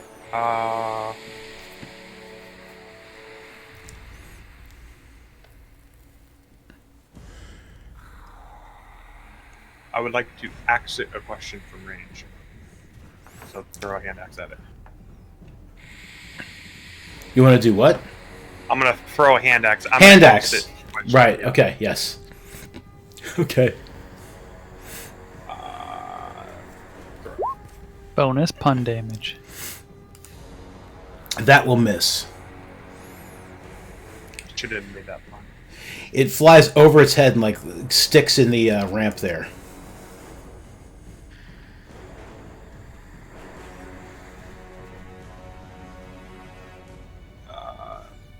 That's all I can do. Okay. It's like, no, no, no. I do not like this. And it is now going to run forward at Percy, and it's going to try and slash at you with its claws. That misses. So it's like, it slashes at you, but your armor like keeps it from like digging its claws into you. It's just like pathetically like slapping at you with its claws, doing no damage. Woot, woot. Kit. I'm gonna. Actually, I can see it, so I can shoot it, right? Yeah, if you can see it, you can shoot it.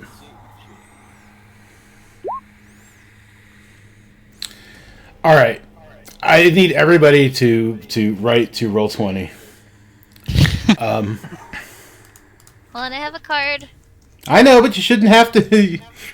It's a roll 20 app. Let them know on Twitter that like everything is busted. Just tweet at them the fuck. That 1d6 is probably it's not going to change the it's not going to change the fact that you rolled a crit fail. You can take that card back. I don't know how to take it back. Right click on it and just take card. Okay. That's all I can do. Okay. Sniva. Does shooting a crossbow count as a weapon action? Dumb question, but Yes. Yeah, shooting your crossbow would be a regular action. I'm going to move here and shoot. I think Okay. that where. And it would be with advantage because of pack tactics, right? I just realized I don't have the crossbow weapon. What are the stats? Or I just roll the.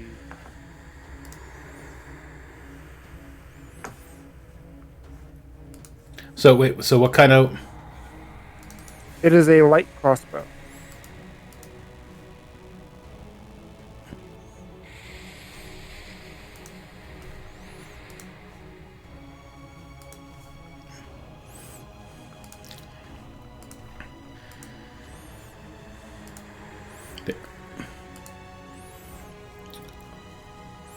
What's this -2 shit?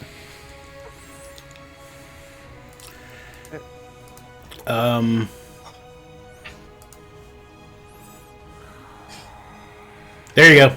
Yep, go ahead and shoot it. It just works. Okay, that will miss.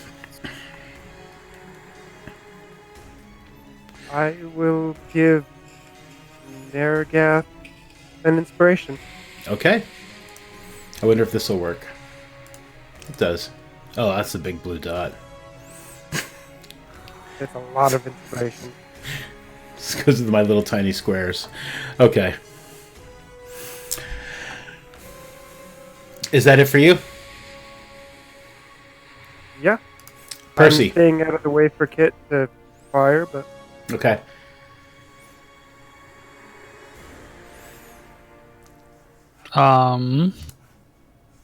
Oh, Percy, give me another saving throw, wisdom save.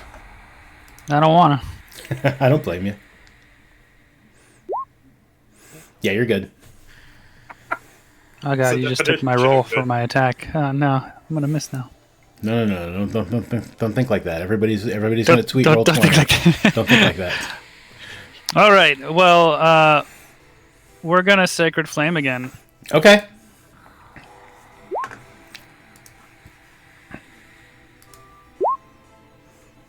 Yeah, it gets it eats up some more of that flame. Like it wasn't really scared of it. You know, the flame started coming down, the sacred light, and it was just like, oh boy, like another point of damage. And then it's very surprised when it takes 5, Yeah. and it's like As it's going on, yeah, as it's like raining, radiant light on it, I go bathe in the glow. It's screaming like in your head with its telepathy. It doesn't sound good. Everybody can hear it. But, yeah. Is that going to be it for you? Since we don't have the end turn buttons? Yeah, that's it for me. Okay. Naragath.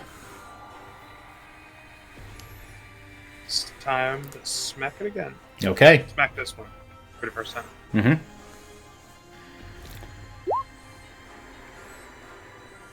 Oh wait, I've got the inspiration. It still wouldn't change the 1. It wouldn't change the crit No? fail. No. It's just something that gets added to the roll, but like a 1 is always a fail, and a 20 is always a hit. I forgot. Inspiration was an advantage. Yeah, not the bardic inspiration. Yeah.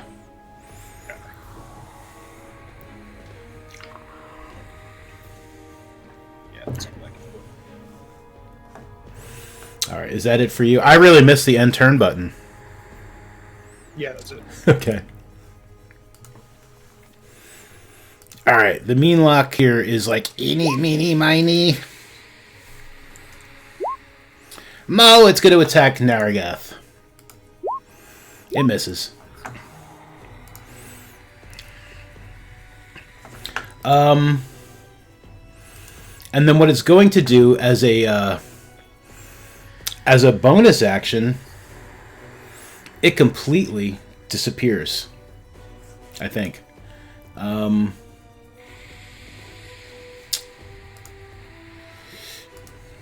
It might not. It might not. Give me a second to look at the light here. You know what? It's going to run away from both of you and try to get over by these crates. You can both make an opportunity attack on it as it's trying to do that. So I'll just put it there until that will hit.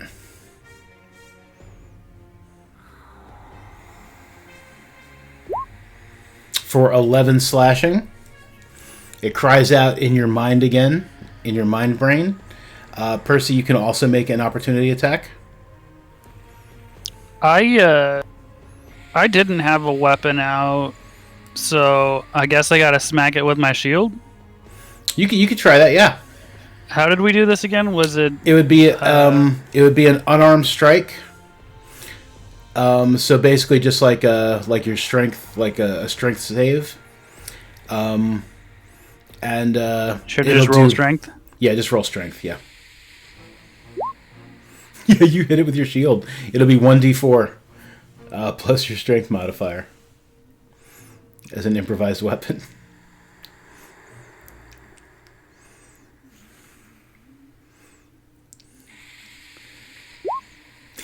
Okay. So it starts like scrambling away, like it wants to get to the shadows, like really, really bad. And Naragath, like you, like I'll let you both like tell me what this looks like. You can take turns. So Naragath hits it with the longsword, and it kind of like screams in your brains and starts to keep running. And then Percy, you kill it with your shield. So what does that look like, guys? I think like I'd like as it goes like to turn, like one of its legs go up, and I just chop it off. Okay. And it falls kind of over, and then while it's on the ground, whatever part I find like deemed to be its head, because I can't really tell what it's really shaped like just by its icon. I would take the rim of my shield and smash it in between or take its head and smash it in between the rim of my shield and the floor. Okay. Nice. Like the bug that it is. Awesome. Okay. All of the creepy sounding things like stop happening, like the sounds and stuff, and like these things just kind of like start to curl up, and they're both dead.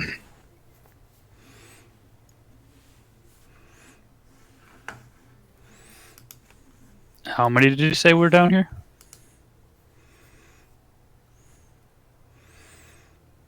Naragath? Don't think he said how many were down.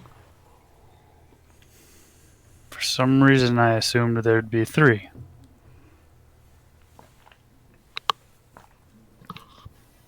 Let's search the rest of the rooms. Everyone okay?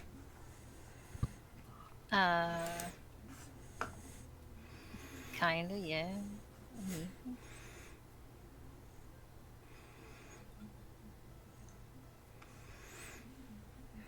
I'm injured, but I'm not dying yet.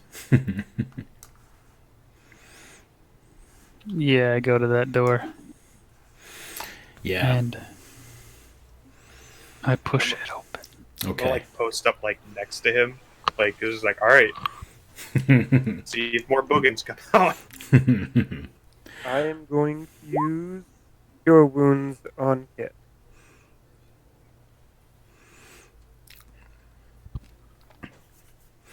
Cool. What is my spell casting modifier? That would be Charisma, right? Charisma, yes. So it would be 1d8 plus 5. Yeah, if your charisma's modifier is that good, yeah, definitely. Nice. Oh no, it'd just be 3, but still. Oh, 3? Yeah. Not your spellcasting modifier, but your not your spell casting bonus, but just the modifier, right? Yeah, I was looking at saving throws, not the charisma flat. Right. So it would be 8, Yeah, she not gets back 5. 8. Okay, so Percy, you've opened this door. And it appears to be a very messy, sparsely like decorated bedroom. As in, like, all there is like a bed. There's some like clothes on the floor, and there are a number of locked chests. The bed is unmade. It's just very messy.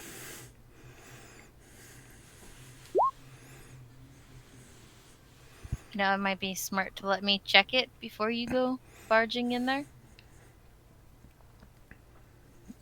Okay. If you wish. Can I check for traps? Mm-hmm. Yeah, give me an investigation. So you're just doing like a quick once over, just like for visual signs of any sort of traps? Yeah. Yeah, it looks safe.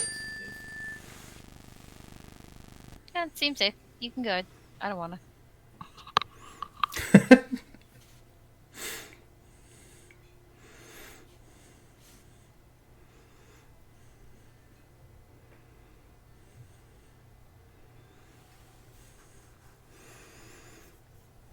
Yeah, I mean, you step in, nothing bad seems to happen. There's a very large chest here next to Narragath. There are smaller chests just kind of like scattered about like along the walls.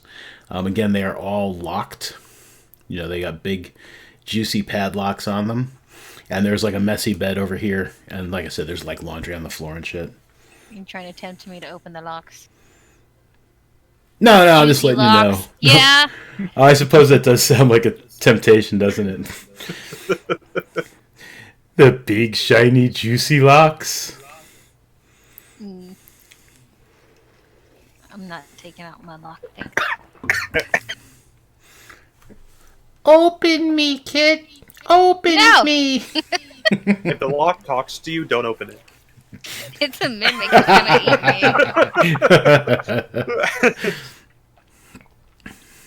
Okay, is there anything weird about the bed? Because it looks like there's a dead thing on it.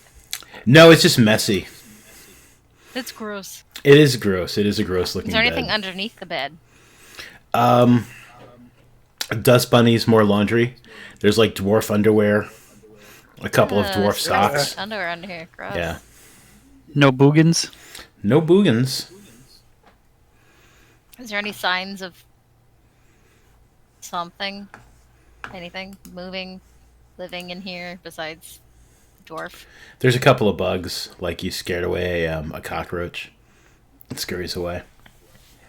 Why are we snooping in people's stuff again? Looking for the Boogins, you called them? Yeah, you're just making sure there are no more boogins. Well, I looked under the bed. No boogins here. So that just leaves Can I take a look and see if there is any, like, has this place seemed to be somewhat abandoned for a while? Like, I want to know if there's like a layer of dust, and like, has anything disturbed any of the dust? Yeah, sure. Go ahead and give me an investigation check. I want an animal. I mean, you really can't tell, Percy. It looks, it looks like this looks like a messy room. It's like you really can't tell whether or not like anyone's like slept. But here I do see recently. dust. Yes, you definitely see dust. You just don't know like how long the dust has actually been like settled there. It's dusty. I'm gonna get out of this room. Actually, you know what? Before I leave the room, Mm-hmm. why is it not letting me move? Okay. Before I leave the room, I'm gonna be nice. I'm gonna like half-assedly make his bed. Okay. Yeah, that happens. They could have just like thrown the blanket on there, like not neatly, but like usable. Mm-hmm. To kind of walk out. Okay. I open this door. Just kick it open. This I shut the room bedroom door. is really cold. There are large cuts of, beef and stuff and pork hanging. I found the beef room. Yeah, it's like I couldn't find like sides of beef, so I put a couple of cows there, and then I was like, I'm not There just are gonna whole decorate. dead cows in here. Yeah, I was like, I'm not gonna decorate this place with animals. But there's a couple of sides of beef. There's like, um, you know, pork hanging up on hooks. It's pretty cold in here. Anything weird about this room? No boogins, but if you'd like, you can give me a investigation check. What?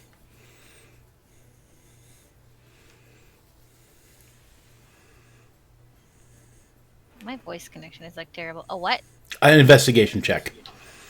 Investigation.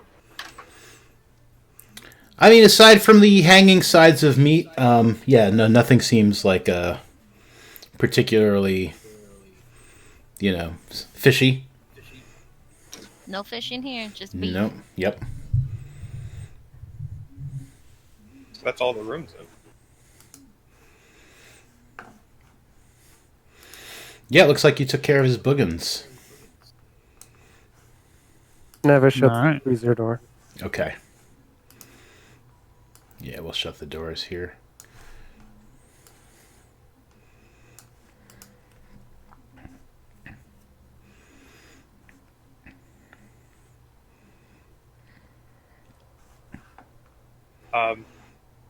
I'm gonna just as proof we did it. Mhm. Oh, door shut. I was Yeah. gonna go back and drag both of the Boogin bodies Mhm. up and drop them in the kitchen. Okay. You're gonna scare the fuck out of some people. Oh, just the chef.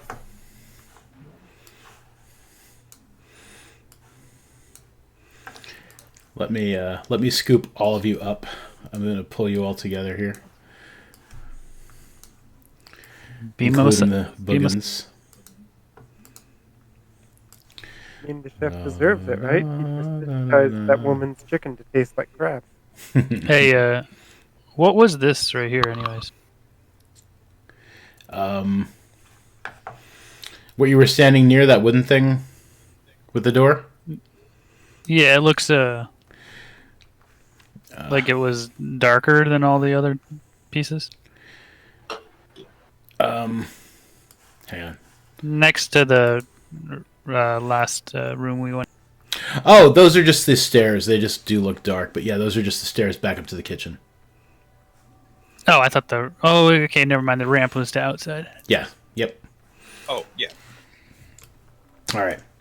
So you guys make it back to the kitchen. Like you come up through the trap door, you drop the dead things on the floor, and Gwen Maffus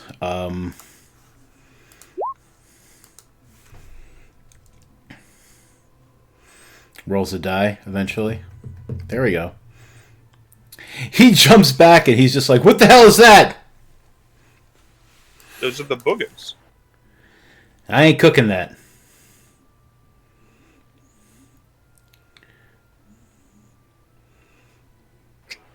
Well, that's reassuring.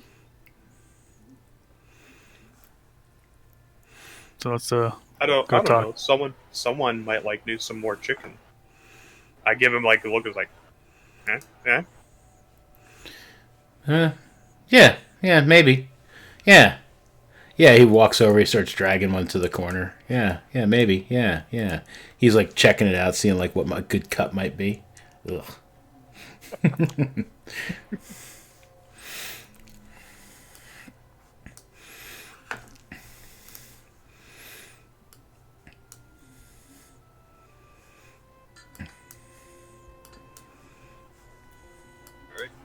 So I think we should go back and let him know that those things are taken care of. right. Yeah, he's kind of leaning against the bar here, just looking eagerly, his eyes wide. It was Boogins, right? It was Boogins. I'm not sure. I guess they were Boogins. Yeah, they were Boogins, all right. They were Boogins. They're mean locks. They're they're bad fae boogins. They deal with fear. That's why they come after me, cause of what you did to my head. Yeah, yeah. All right. All right. Good job. Good. I don't want to look at them. Like, he's kind of like looking over your shoulders, like if what he Well, can don't see. go into the kitchen then. Yeah, no, I see their little boogin legs and their boogin. One of them looks like it's missing a leg. Yeah. All right. Okay. Yeah. Oh, thank you. You might you. want to tell your chef to not cook the food, or cook them into food. What? Ah! Hey, are you daft? Don't. What are you doing? Don't stop that. Oh, fucking bugger. All right. Okay. It's a boogin, not a bugger. Buggers, boogins, whatever they are. All right, let's go back to my booth here, and I'll tell you what I know, and then I'll let you into Francisco's room.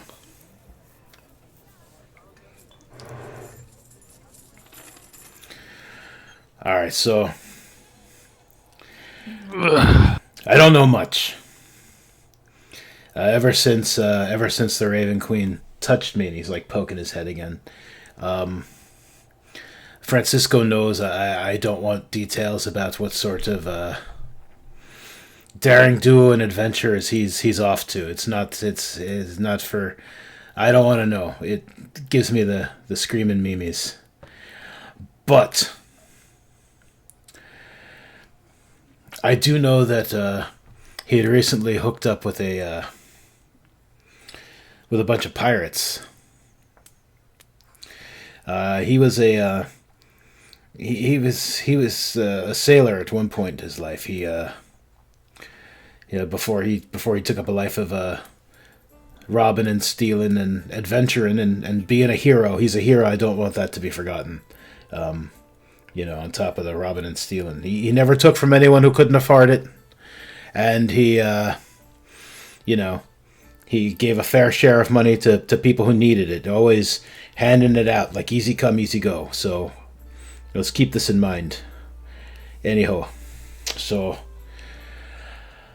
I know he had hooked up with some pirates, and I asked myself, "What are you doing that for?"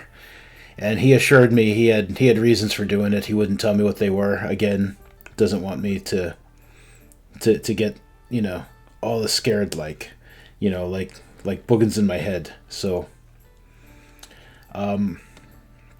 he did ask me if I knew where he could find either potions of water breathing or a hat of water breathing. And I told him I didn't know. One of our companions long ago used to have a hat of water breathing, but it was burned up with the rest of them. A red dragon. So, I mean, that one's, lost. But last time he was here was about a month ago. He told me he'd be back in about 2 weeks. He had to pick something up for somebody. And that was the last I saw him. He reaches into his pocket, slaps a key on the table. If you go upstairs, his is the he's got one of the better rooms upstairs. It's when you come up the stairs, it's in the back to the right. You just go make a right. It's the door furthest back, and yeah. Does it not have a room number? No, the room numbers. Those are unlucky.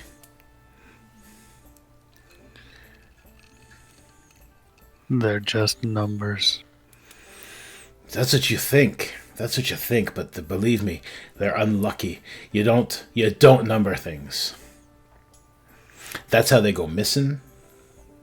Because then you'll be like, wait, weren't there 7 of these things? I had them numbered, but now there's only 6, and the fourth one is missing. It's a long story. I don't number things.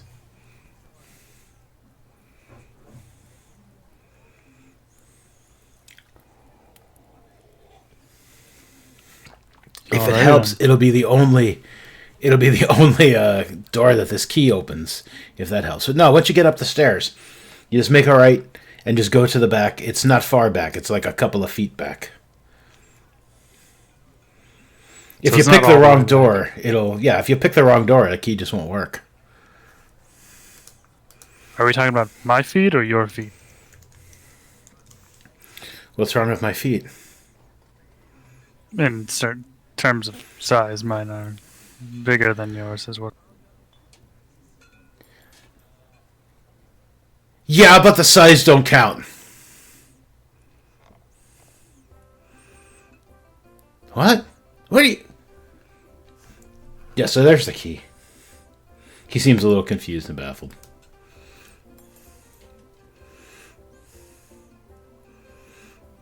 Well, have a good one. We'll see.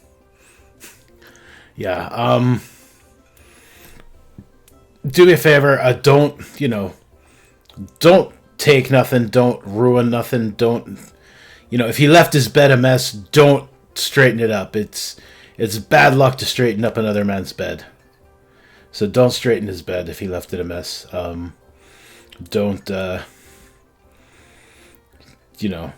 trusting you. You took care of the Boogins for me. And, yeah.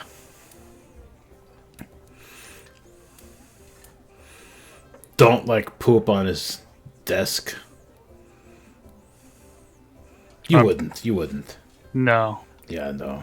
I would never. Of course not. Of course not.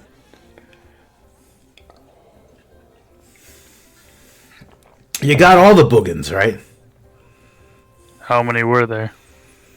I 2, I think. Well, we searched everywhere down there, and we found 2, and we took care of it. Okay, alright, good. Yeah.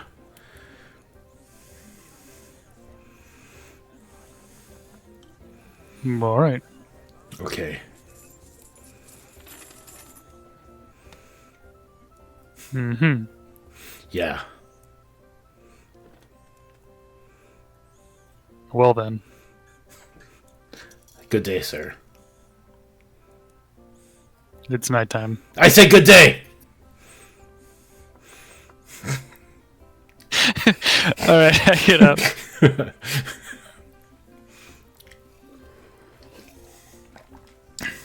Alright, so you guys are going to head up the stairs? I don't know, are we?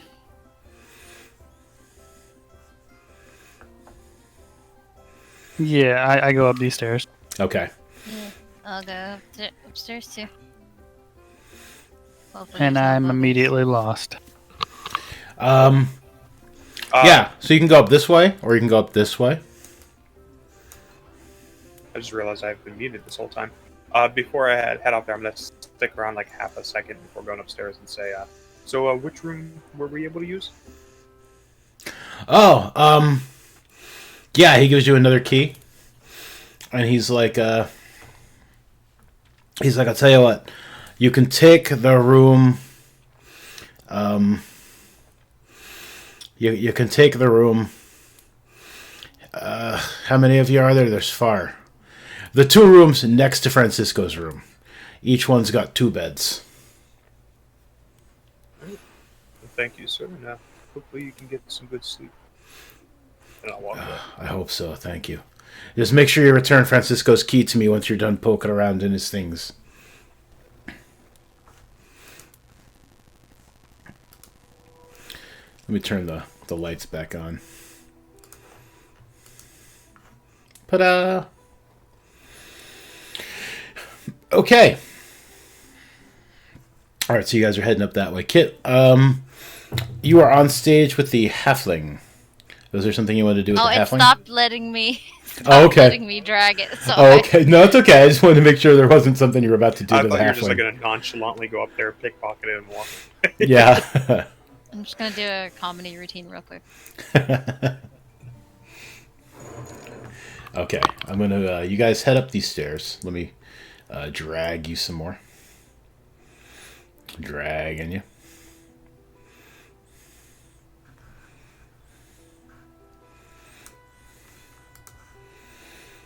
Yeah. So here's this little balcony down here, overlooking the. Is Shift Ping not working either? There it goes. Balcony overlooking the main floor down there, though. You can see the halfling playing. People sitting at the tables. There's a chandelier keeping the place lit. These folk here are. They seem to be watching the halfling. They see you guys come up. They give you a little nod.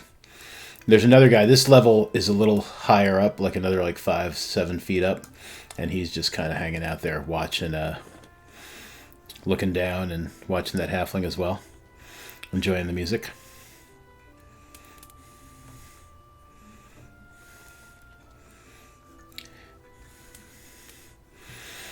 One of these humans at the table is just like, "Good evening."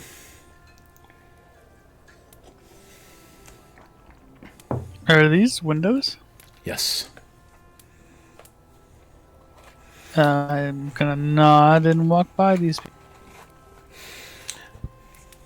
That halfling's wonderful, isn't he? He plays quite well. All right, good night.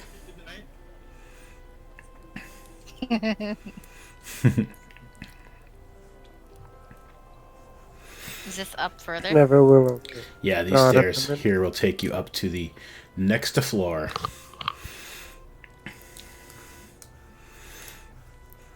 Okay, let me scoop you guys up again.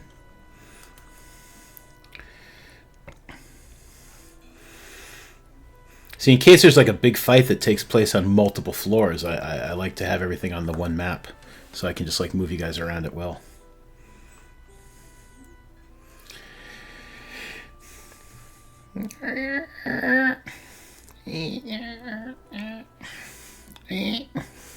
So slow. Okay. Oh, Sniva, you're actually in the room. Let me move you. Okay. All right. So you guys come upstairs, and this girl kind of she seems a little drunk, and she is very startled. She turns around and she looks at you and she's like, "Oh, you startled me. Oh, I'm sorry. I just trying to get into my room here." And she's fumbling around with this door.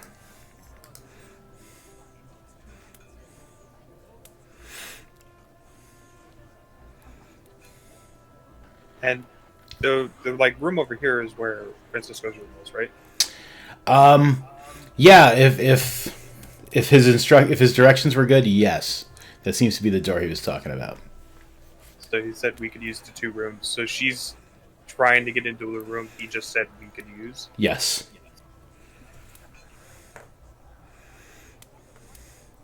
I as she goes I kind of move up and away to kind of oh, excuse me, go to the door, unlock the door, open it, close the door, lock it again, and look at her. How did you do that? And she's looking at her she's looking at her key, and she's just how did you do that? Usually you use the key on the right door to get in. Oh. Okay. You guys kind of have her surrounded. She's trying to slip between Kit and Percy. She's like, "Excuse me. Ugh. Are you letting her get by?" No, I'm just being indignant. Ugh. I just want to lay down. I'm just drinking so much. Don't be a butt. I'll move slightly out of the way. She squeezes by and walks over to this couch and just flops down on it. Is she actually drunk? Can I tell, or is she faking? You can give me an insight check. Give me a blind roll insight check. Ah. Where's my bonus?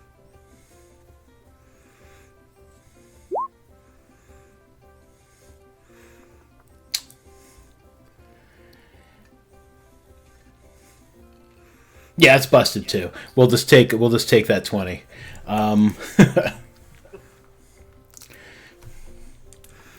All the scripts are busted. You smell alcohol on her, and she seems to be staggering around like someone who's drunk. Do you have a faint smell of uncooked chicken? No, there Or is no undercooked chicken. there is no smell of undercooked chicken.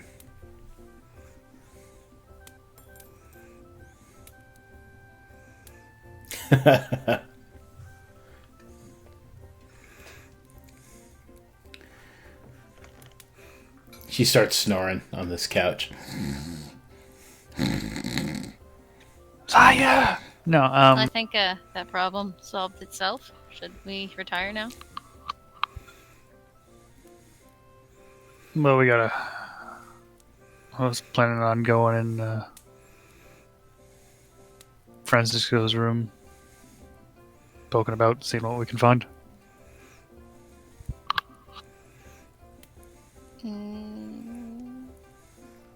Okay.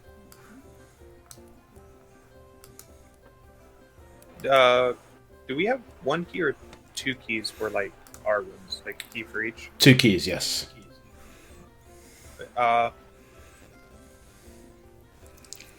When it, like as Percy goes like to check there, I asked which people want to sleep in. Who wants this room? That room? 'Cause these are the rooms he's letting us use. So 2 beds in each. What room is this? This is Francisco's room, if his directions were to be believed. So you also have a key for that. You have keys for these 2 rooms for you to stay in, and then a key for this room. Percy wants to investigate here, so I'm gonna just bust in here and investigate for traps. Okay. Are you checking the door, or? Yeah. Okay, yeah, give me a, Oh, I didn't put doors on any of these rooms, did I? I can pretend there's a door, it's fine. Yeah, pretend there's a door. I can pretend I don't see things. Yeah, pretend you don't see things. Pretend I never put doors on. As they hide. Yeah. never They're like, put oh doors shit, the here. door's open. See, I didn't see anything, so... I missed the whole floor. Yeah. Yeah, you unlock that door. Well, no, you check it for traps. So yeah, go ahead and give me an investigation roll.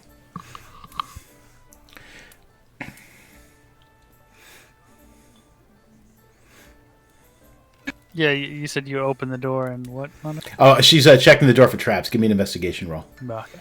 Yeah. Is that investigation? Yes.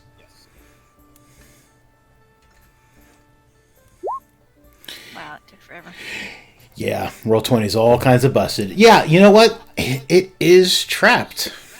It's not, it doesn't appear to be any sort of, like, dangerous trap, but, you're pretty sure that when you go to open the door, like, when you go to, like, unlock it, there seems to be some string, like, fastened around, like, something inside the lock, where, it'll probably, like, pull something on the other side of the door.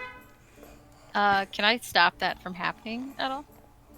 You can absolutely try. Give me a thieves' tools check using your dexterity.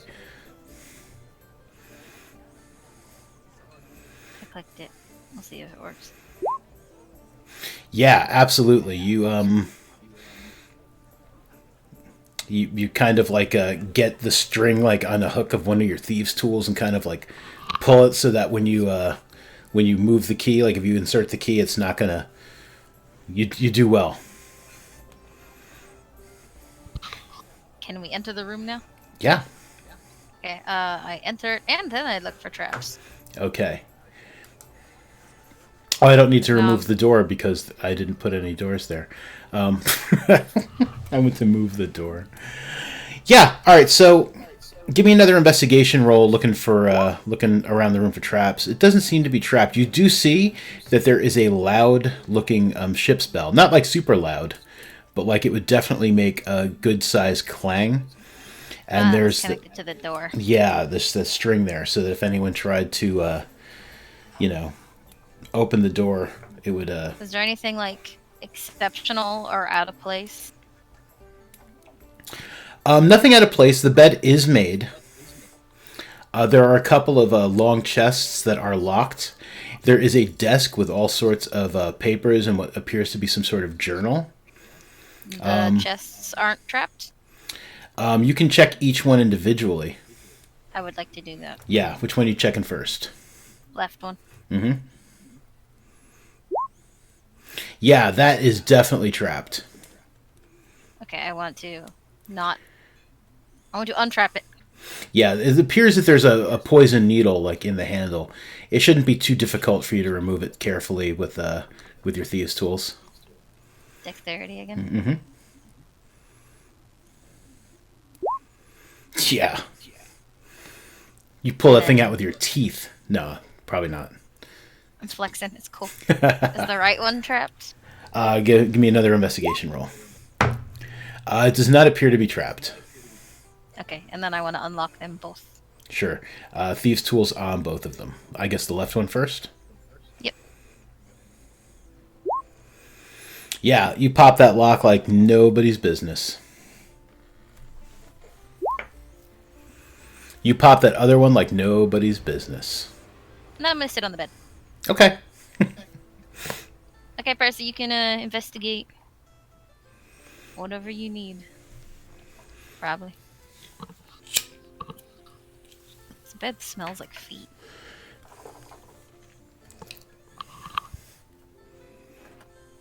I guess I go over to the chests and I will open them. Okay, which one are you opening first? The left one. Okay. The left chest has a couple of blankets. Yeah, that's all you see in there, a couple of blankets. It's probably something under them. Like they're up high. I mean, it could just be There's filled all the way with blankets. Some blankets in here. I go to the next one and I open it. That one appears to be filled with all sorts of clothes. All sorts of what? Clothes. Neatly folded clothes. Not like super neat, like not like crazy ass neat, but like they're neat. So what is this over here? That is a desk with papers and some sort of journal on it.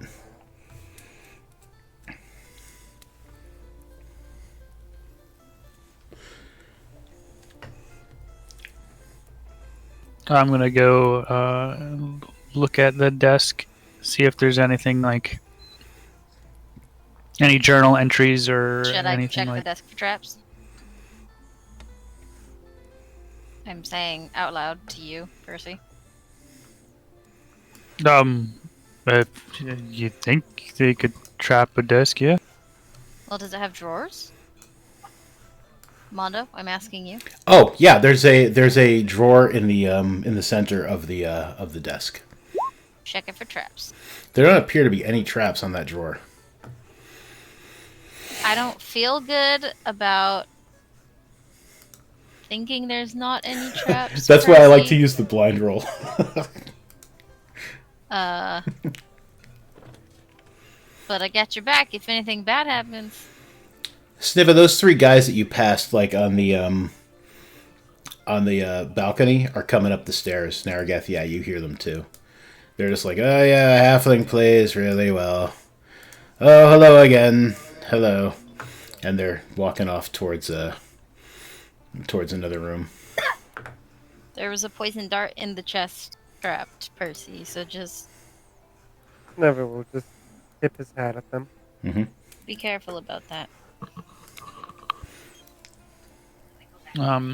Yeah, I'll Are there any books that are on the, or books or journals or anything that looks like notes or anything on the desk?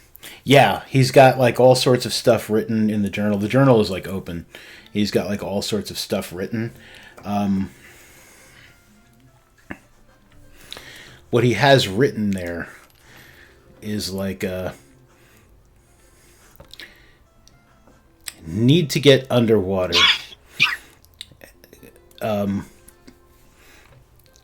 Hat of water breathing? Question mark. Potions of water breathing! Exclamation point! Question mark. That's like his latest entries. Yeah. Well, is the drawer on the desk locked? There is a lock on it. Yes, it's like part Okay, of the desk. Yeah. I'm gonna open that, or at least try to. Mm-hmm. It does not open. Can I give myself advantage? Would that matter? Yeah, it very well might. Yeah. Oh, you're gonna give yourself a. Oh, like there. Oh, yeah. I probably shouldn't let you guys give each other advantage or yourselves, but but yes, I will let you do that there. Yeah, go ahead and roll again.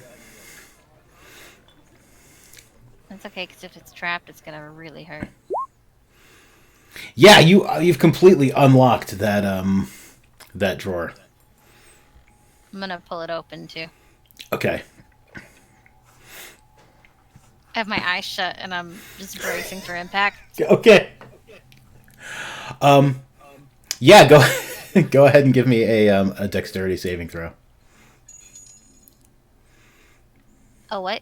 Dexterity saving throw. Okay.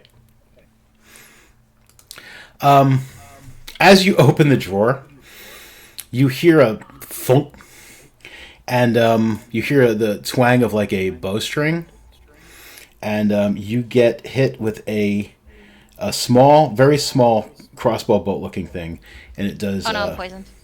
No. It does.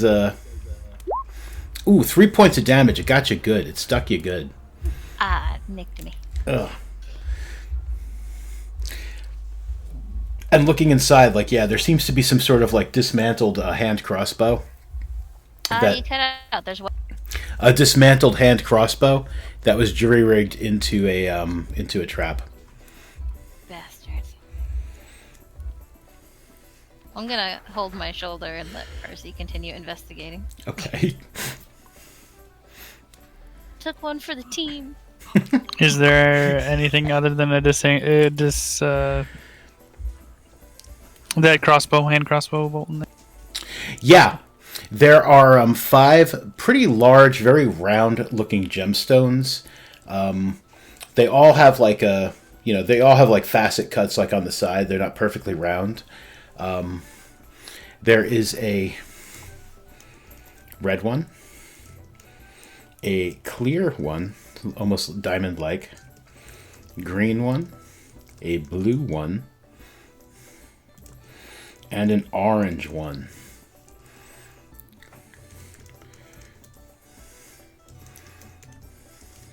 Did you find candy?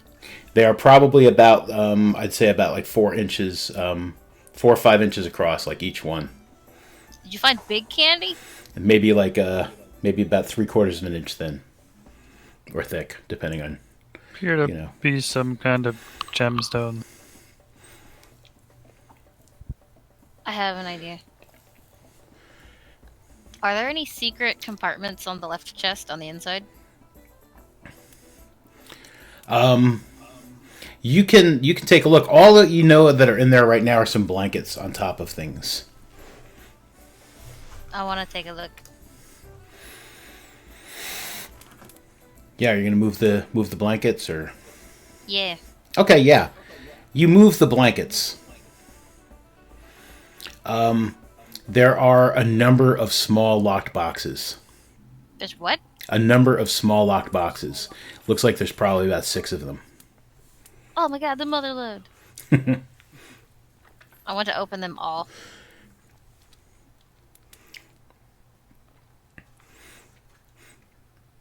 You can do Here that. to annoy you. How many times do I have to roll my thieves' tools? There are 6 boxes. You would need to roll 6 times. Yeah, you unlock the first one. What's in it? Coins. A lot of gold coins. Ooh. Yep, another one's got a lot of gold coins. That one, you're having trouble opening. I hand that one to Percy. He can smash it with his giant hands. And that one too. Yeah. Whoa, kid, we're not trying to You He's open, rob dead. this. you open that one. We don't know that, Yes, we do. do we? Yeah. He was messing with the Fae. He's been missing for a long time and no one's heard from him. We're snooping anyways. This is payment for finding him and making sure he's safe. Snivet and Narragath, what are you guys doing like out in the common room there? I'm keeping an eye on the drunk lady on the couch Okay. and for anyone walking about. Yeah, you hear some creaking coming from the room that those 3 guys went into. The drunk girl is just laying there, still kind of snoring. And I'm like trying to act like nonchalantly, like leaning against the wall, but like in a way to kind of like try to block the doorway, Okay. as if I'm just like hanging out. Right. Okay.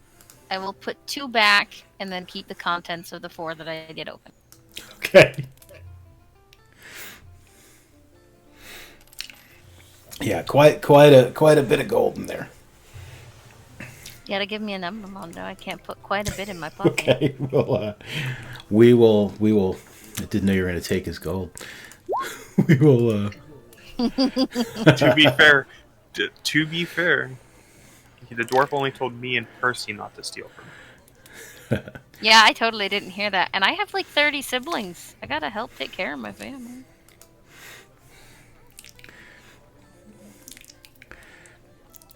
All told, there are 338 gold pieces in these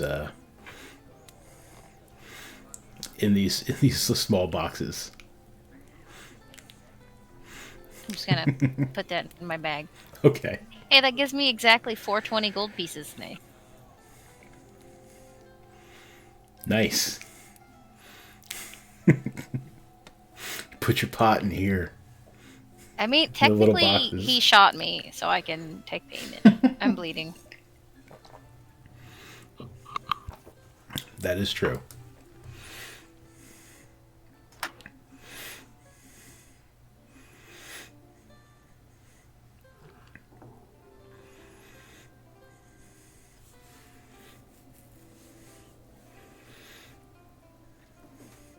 So what else are you guys doing in there? Thinking. Is there, did you find any information on the papers? In the papers? Anything good? Nothing we didn't already know. Something about getting some stuff to breathe underwater. I see. Inside the desk drawer, is there like a hidden compartment? Go ahead and give me an investigation check. Damn it. So much investigation. I Yeah. don't know why I keep closing this tab. You don't find any hidden compartments back there. But I'll also tell you that, I mean, it doesn't look like one would fit. You know, when you're... Well, when you're, there could be like the small, thin piece of wood, and there's like a piece of paper under it that's got all your passwords in it. Oh, Is yeah. there anything underneath the bed? There's some dust bunnies, but that's about it. Somebody does one. Okay, I'm just gonna leave then, because this room smells gross. Okay. As you come out, the drunk girl jumps up and she pulls out a light crossbow. You weren't drunk. You smell bad, though. The 3 guys appear to be coming out of the room. and they look like they want to come at you. So I'm going to have you guys roll initiative. I got to clear the order. Hang on, since I don't have my nifty little buttons. Tell me when you're ready. I can't like cast a spell before like we roll initiative, right? No, you're not surprised, but because Sniva was keeping an eye on things, you know, you guys were being wary. But yeah. I knew she wasn't drunk. Should have just gone with murder hobo instinct and just stabbed her when she was trying to get in our room. You know, and then that would just tell Jeff that you guys are murder hobos when he was saying your party is full of murder hobos, and I was like, no, they're not. And he was like, they're murder hobos. I can tell. I know murder hobos when I see them. Thought I was gonna be able to go before everyone or before some of the NPCs. Wait, I gotta. That is sad. My rolls are sad. Don't worry, everything is sad today. Yeah, Roll20 is very sad today. Okay. I didn't double up on anybody by accident, did I? Any of these bad guys? All right, so... There's 2 of me. I'll take 2 turns. Is there 2 of you? Person? No. No. Okay. All right. Yeah, so she jumps up she pulls out a light crossbow. These other 3 guys seem to be like rushing for the door. Sniva, you were keeping an eye on things, so yeah, you're absolutely like right at top of the order, and you can do whatever it is you feel like you need to do to these people because they seem like they want trouble. Greedo shot first. Okay, at who are you shooting at? The lady on the couch. Okay. Yeah, your crossbow bolt goes absolutely wide. Hits one of these other doors that don't exist because I didn't draw them. I am going to give an inspiration to Kit. Okay.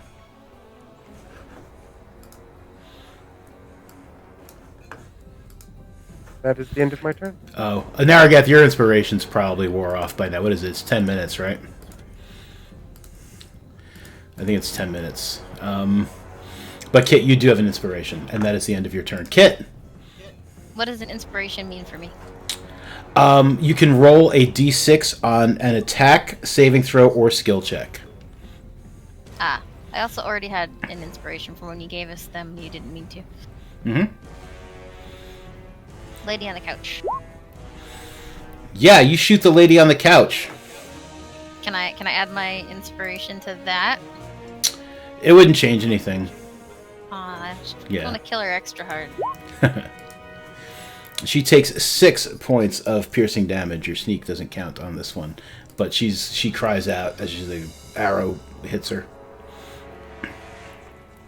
That's the end of my turn. Okay, Naragath. Are the guys in that room still, or are they like out? They are still in the room. They are coming out. And there's only one doorway in, right? Yes. I'm gonna body block the door Okay. and like swing at the. I can swing at him, right? Because Yeah. he's in the doorway. Absolutely. So like I'm gonna like set up to body block that door Mm-hmm. and also like attack. Okay. And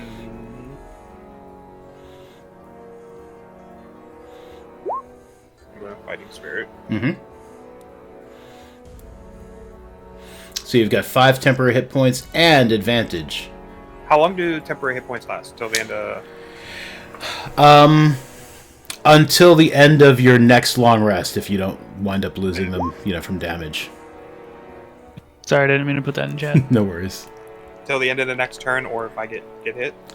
Till the end of your next long rest, or until you just lose them. You cut out again. Long rest. Long rest? Oh, okay. Yeah, you'll have them until you wake up from your next long rest. Unless you lose them, by getting hit. So does this add another 5 on top of the 5 I had from the earlier fight? No, they don't stack. Okay, that's what I was wondering. Yeah. Okay. And so I'm gonna smack him with my sword. Yep. Yeah, that hits him. He takes 7 points of slashing damage. He cries out, "I'm hit!"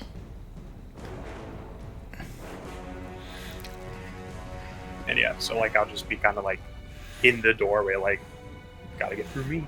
Okay. That's the end of my turn. He's like, damn you, and he tries to stab you with a short sword. He doesn't.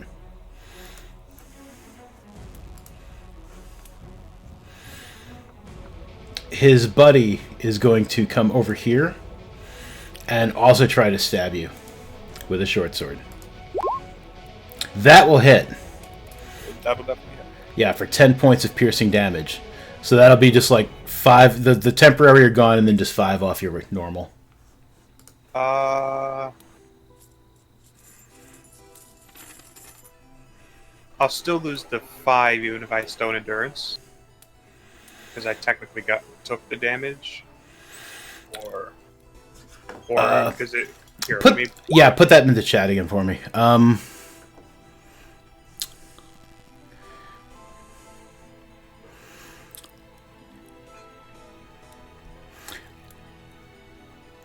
I would say that you would keep the if you get enough to keep the temp hit points. I would say that you would probably keep the temp hit points. Alright, so let me roll the. I'll use that. Roll 1. Then this is +3.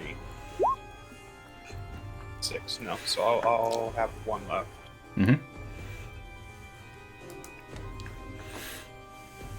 Alright. Okay. This bandit's going to take a step back, and he loads his light crossbow, and he's going to take a shot at you over the shoulder of his bandit buddy. So you will have a +2 on your armor class because you've got some cover from this other dude. So he needs a 20 or better to hit you. So yeah, he doesn't hit you. It just like hits the door frame. Percy. All right. Let's see. First off, I'm going to take a step outside the. Oh man, there's so many people.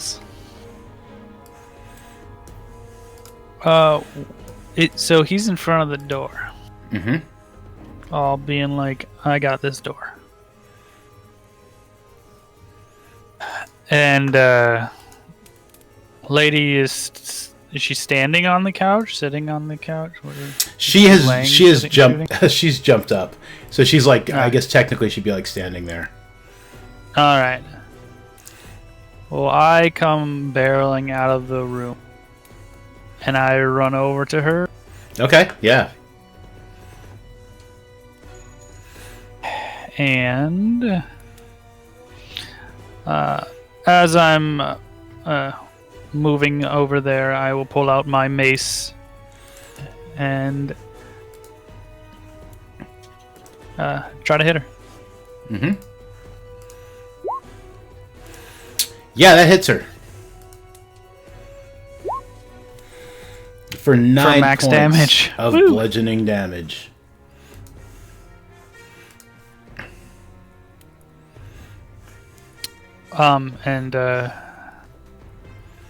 Yeah, that'll be that. Okay. She is going to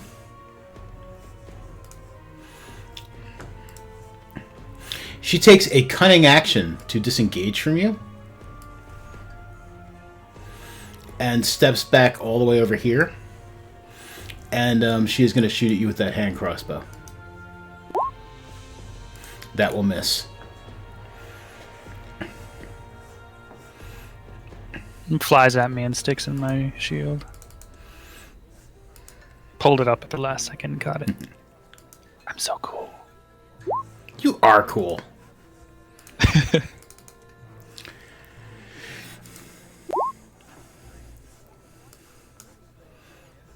Okay. Let's reorganize my order. Sniva. Sniva, you hear other people coming up the stairs.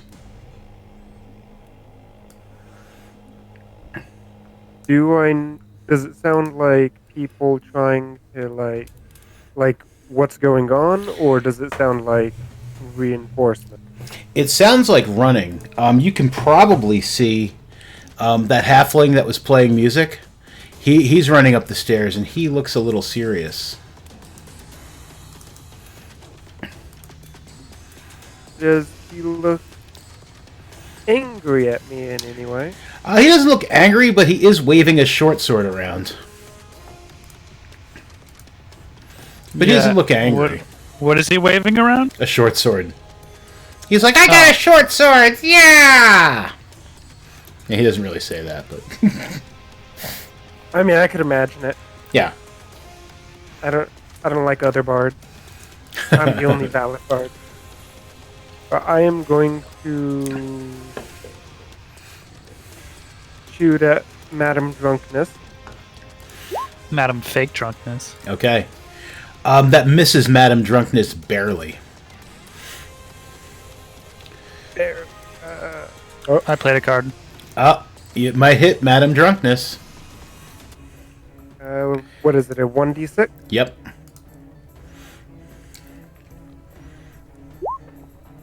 You hit Madam Drunkness. Alright.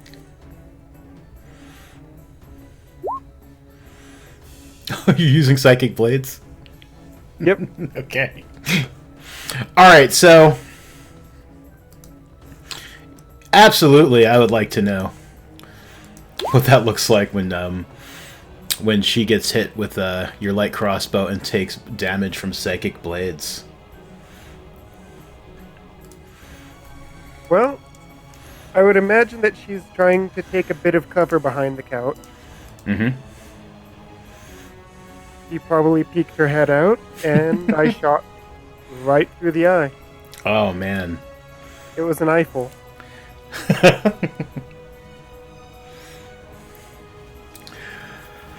Yeah, she's dead. I'm going to... Am I able to say that I'm pulling out the rapier? Mm-hmm. Yep. You can drop the crossbow and whip out your rapier. Okay. That is my turn. Okay. Alright. So the halfling is coming up the stairs. And, let's see.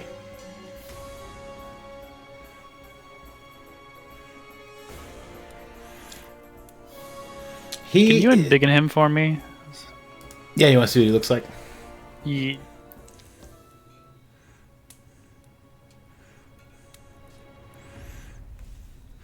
Kind of looks like a werewolfy looking halfling man.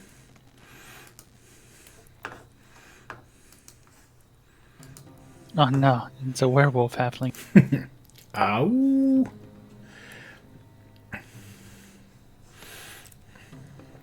Okay.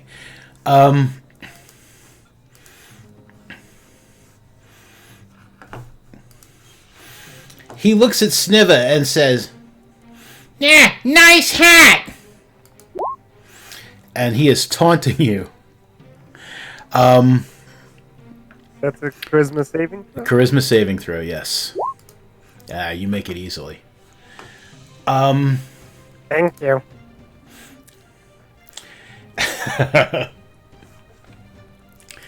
And he's going to move up a little bit here, and try to stab you with a short sword. Ow. He does. For 5 points of piercing damage.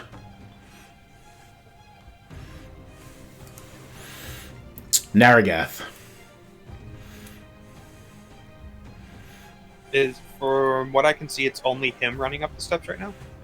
Yeah. It does sound like there's other people coming, but you can't tell who or how many from where you are. I'm just gonna keep attacking this dude. Mm-hmm. And, like, keeping them in the room.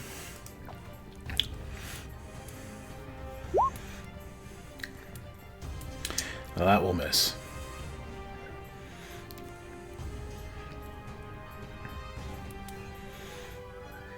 Kit.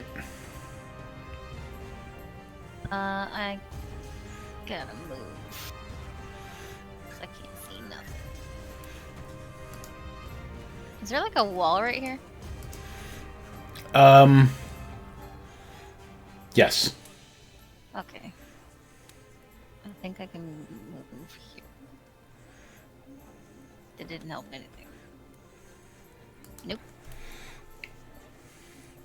Okay, is there a door right there? Because I can't tell where the door is. Yeah, so I can see this person. Yes. Okay, I want to try and do... Can I actually do that? Can I cast sleep? I have it.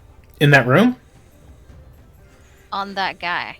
No, you can do it in the it's a area of effect spell. Ah. So sleep would be, I believe it's a damn. 20-foot radius. 20-foot radius? That's Yeah. big. 20-foot radius is a big area. If it's the same as my sleep. It should be. So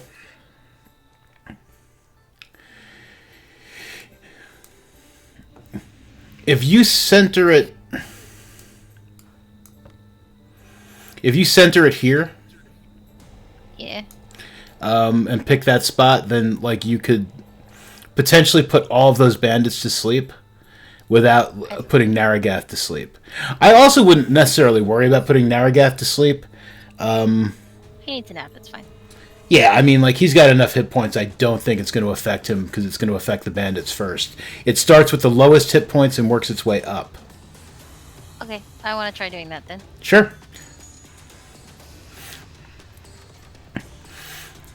So that'd be 5d8, or it should, hopefully it'll roll when you cast the spell, but it may just, like, spam the card out. I don't know.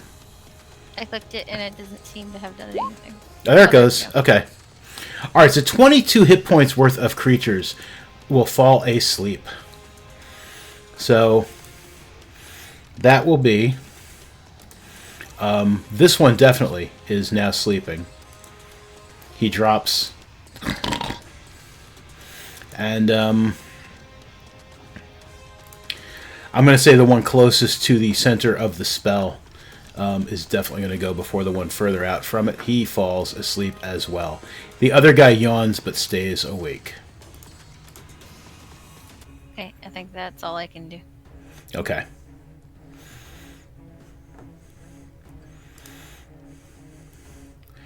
Alright, this guy snores a little. And he makes like cute little like twitching motions with his hands, like maybe he's chasing rabbits. This guy is going to try to stab Naragath again with his short sword. He doesn't. This guy comes up the stairs here, and he is going to. He's not going to do anything interesting. He does have a rapier in his hand. And he's just like, "Get them, fools!" The other bandit snores. It's going to be Percy's turn.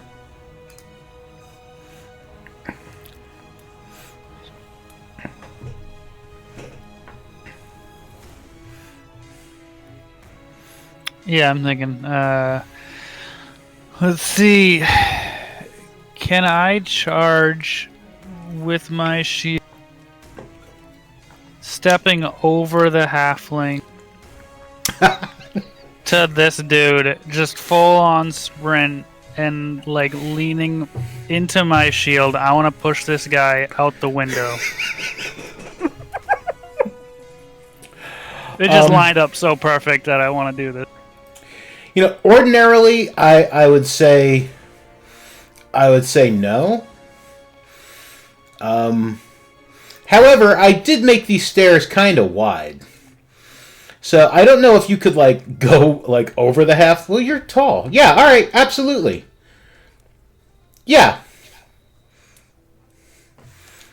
So, and I count for, I don't know if this matters, but I count for like a size taller or bigger when I'm pushing things. I don't know if that comes into play.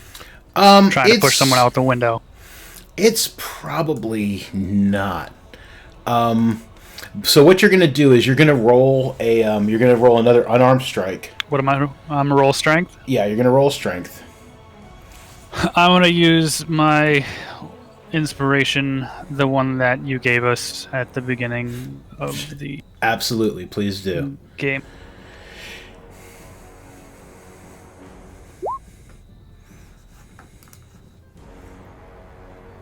Yes. Okay. I mean, boo. Boo, Percy. Yeah, so he tries to parry that as you're coming. He tries to, like, knock your shield away. But it only adds 2 to his armor class, and that's not going to quite do it. So you shove him 5 feet. 5 feet is out Through the the window. So he goes flying back through the window. And he is going to take some damage from that. I don't know if it'll kill him, but he will definitely take damage from that. Is that like out the front where the piano is? Yes. He's going to bounce off the piano on his way down. Okay, so he's going to take 12 points of damage. That is not going to be enough to kill him, Percy, but I absolutely want you to describe this whole thing to me because, like, it's awesome.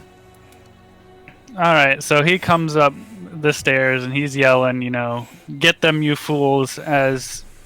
Well, Percy just, you know, realizes he seems to be the one calling the shots, so I just kind of sprint, and the halfling that I step over does, you know, kind of like almost like a slow motion Free Willy look up at me as I'm going over him. Yeah. And he's pulling out his sword is kind of at the same time like as my shield, and I've already gotten there with my shield, so I just whacks him, and it's kind of like this just straight in the chest, and he just flies back 5 feet and just like throws his arms and legs forward as his torso just goes, you know, backwards through the window, and he falls.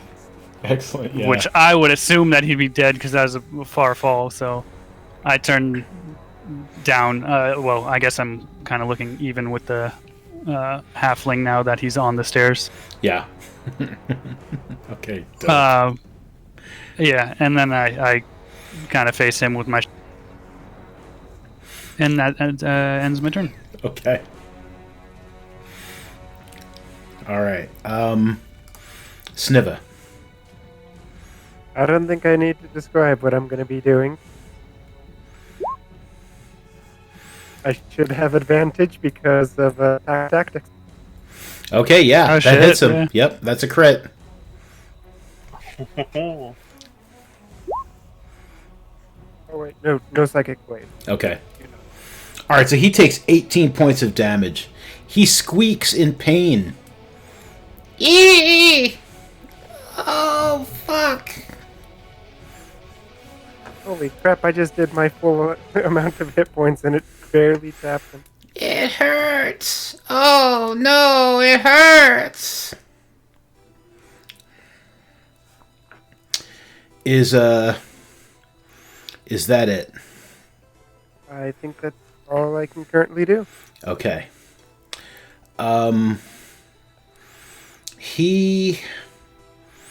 That really hurt. He's gonna need a minute to think. He's not necessarily gonna do what he was about to do, but he still might because you really hurt him.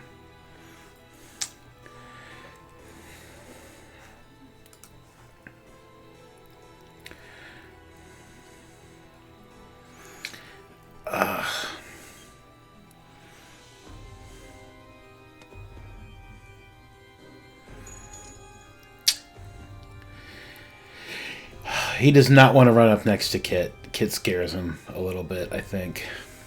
All right, yes, this is what he's going to do. All right, he's going to do what he was going to do. Oh, man, I feel like a dick. Percy. Yes. I need you... Oh, that's not too bad, aside from the pushing. I need you to give me a Constitution saving throw. Oh, no.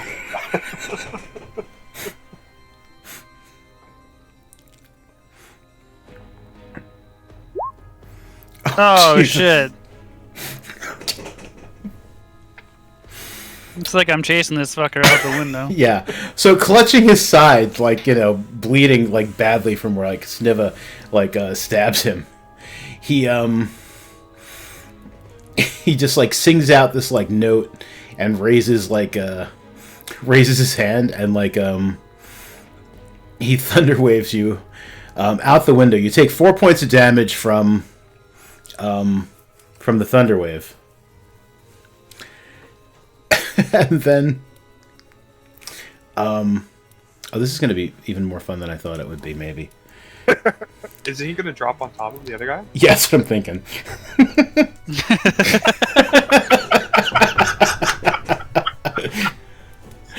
So, you take 13 points of falling damage.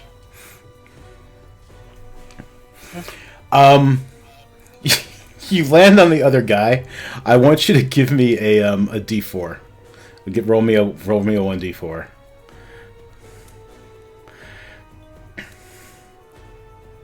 No, screw that. Give me 3d4.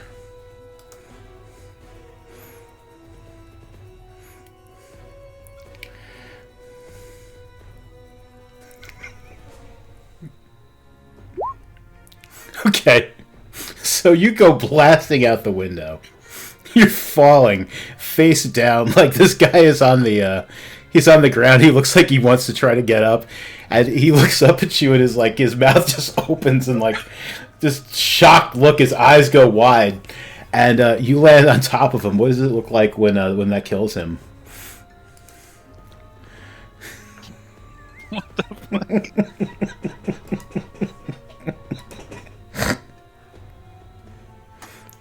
All right.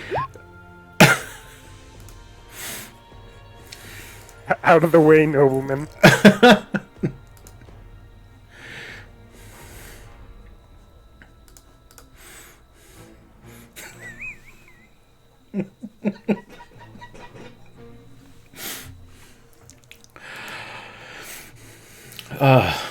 Okay.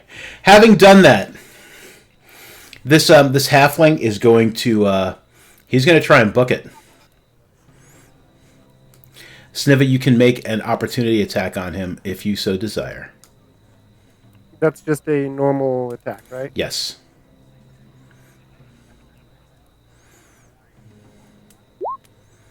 Well, that will miss.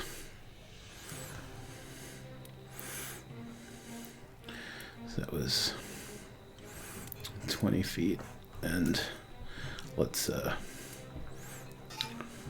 this damn map is too big. But I wanted to be able to do multi-floor stuff. Okay.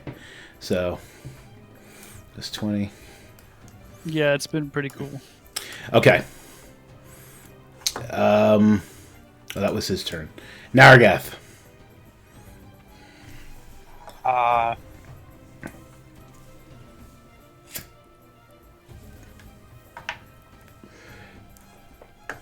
Which way does the door swing? In or out? I assume it swings in. Okay. Yeah, I didn't really give it a lot of thought, but I think it would swing in. Yeah, that would make sense. Alright, I'll just attack him then. Okay. If it swung out, what I was about to do would make more sense, but... You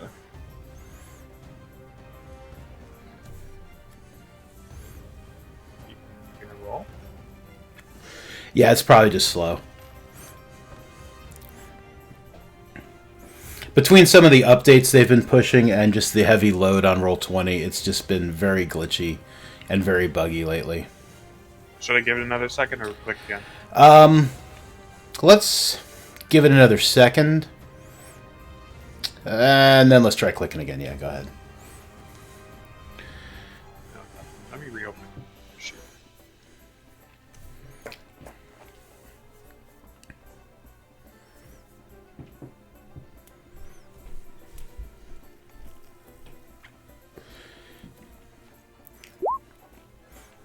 There it goes. That hits him.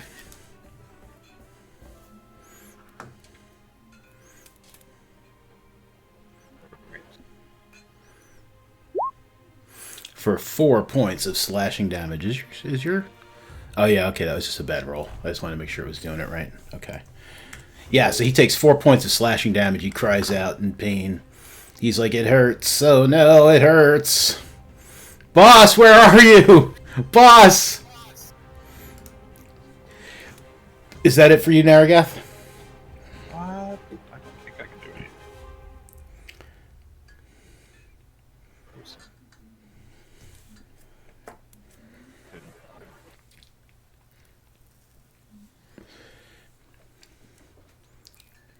Yeah, I can't do anything else. Okay. Kit. I'm gonna. Why does that make it harder to see him there? There we go. I'm gonna attack this guy. Didn't mean to do Okay. That will miss. Can I use one of my cards to make it not miss? You absolutely can do that. Okay. They're so big because the screen is so small.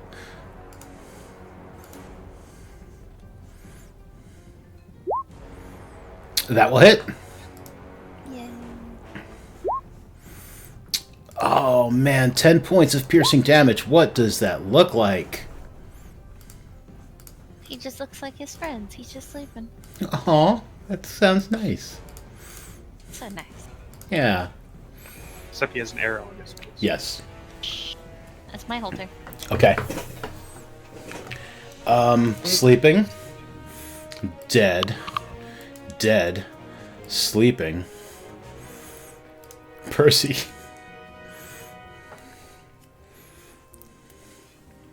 Yeah. Which way is the front door? It's down, right? Towards the south. Technically, I mean, if I had known that you would be dropping people out of the window, let me match this up. 5, 10, 15, 20, 25, 30, 35. 5, 10, 15, 20, 25, 30. You are on the roof of the kitchen. So I'm actually gonna place you on the kitchen, but like just keep in mind that you are on the roof of the kitchen. It is a 10-foot drop, which you should be able to just easily just drop down if you wanted to. It's a 10-foot drop to the ground. To the ground? There, yeah. So you would be about, is that right? 5, 10, 15, 20, 25, 30. Yeah. So you're on the roof of the kitchen right there.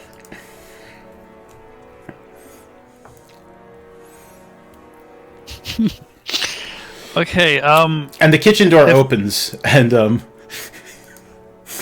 like this guy, like he's like looking out in the uplift, like, what the hell? Oh. All right. I'm gonna hit myself with a With a what? with a heal. Okay. I'm gonna heal myself. Mhm. Cure wounds. Mm-hmm. Okay, you get back 7. And do I get a +2 because of the life or something like that? I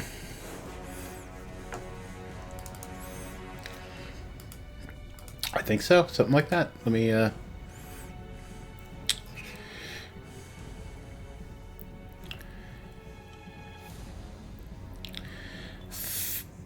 3. 2 plus the spell's level. So it's a first level Okay, spell, so yeah, plus 2, so so 3. 10. Yep.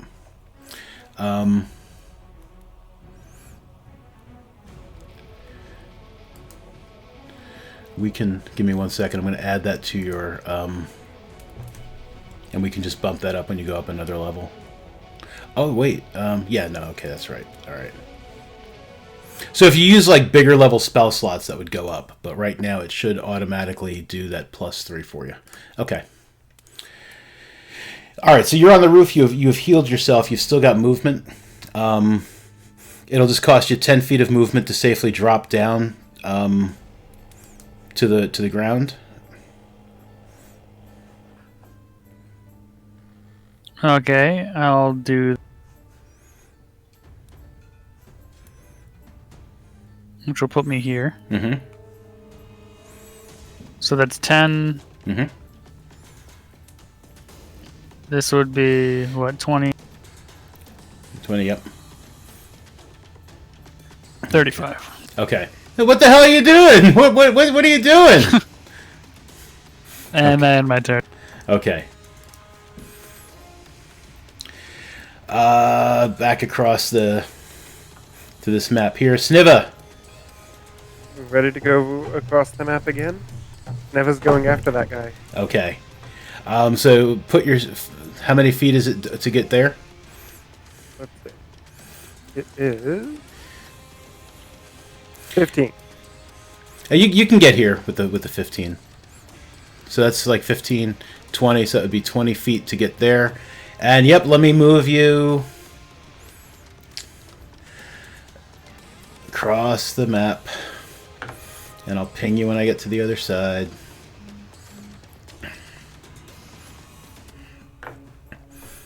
All right, so that's 20, and this guy's running. That's where he's at.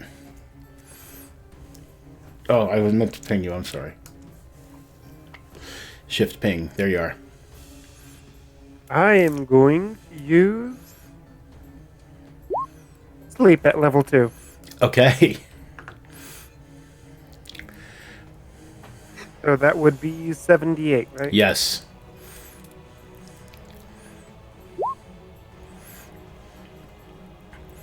Oh man, so he's running, and he's looking over his shoulder. He's like, with his like little legs. I mean, your legs aren't much bigger, so I mean, he's like, but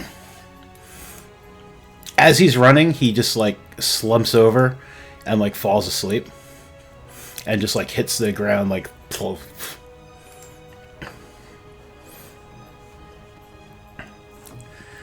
So that would take him out of the action. Oh man! So that's yeah.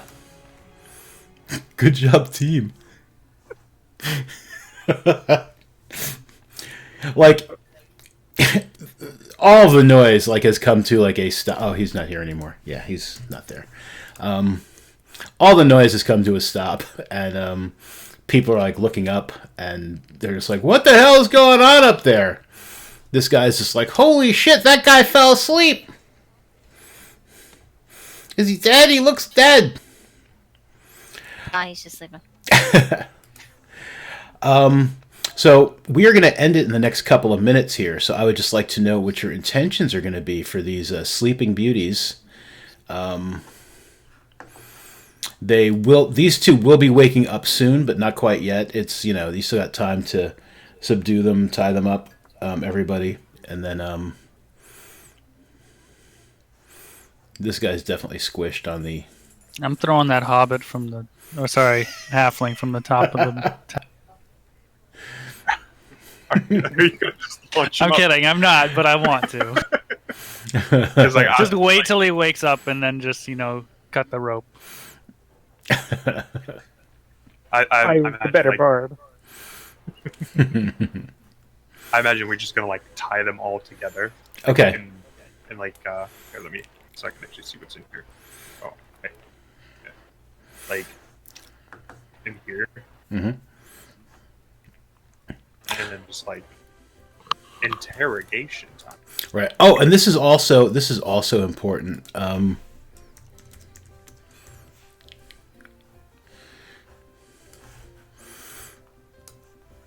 Looking back at the at the drunk lady. Well, she doesn't have that anymore. She now looks like this. Only dead. And It's gross. yeah, she's pretty gross. And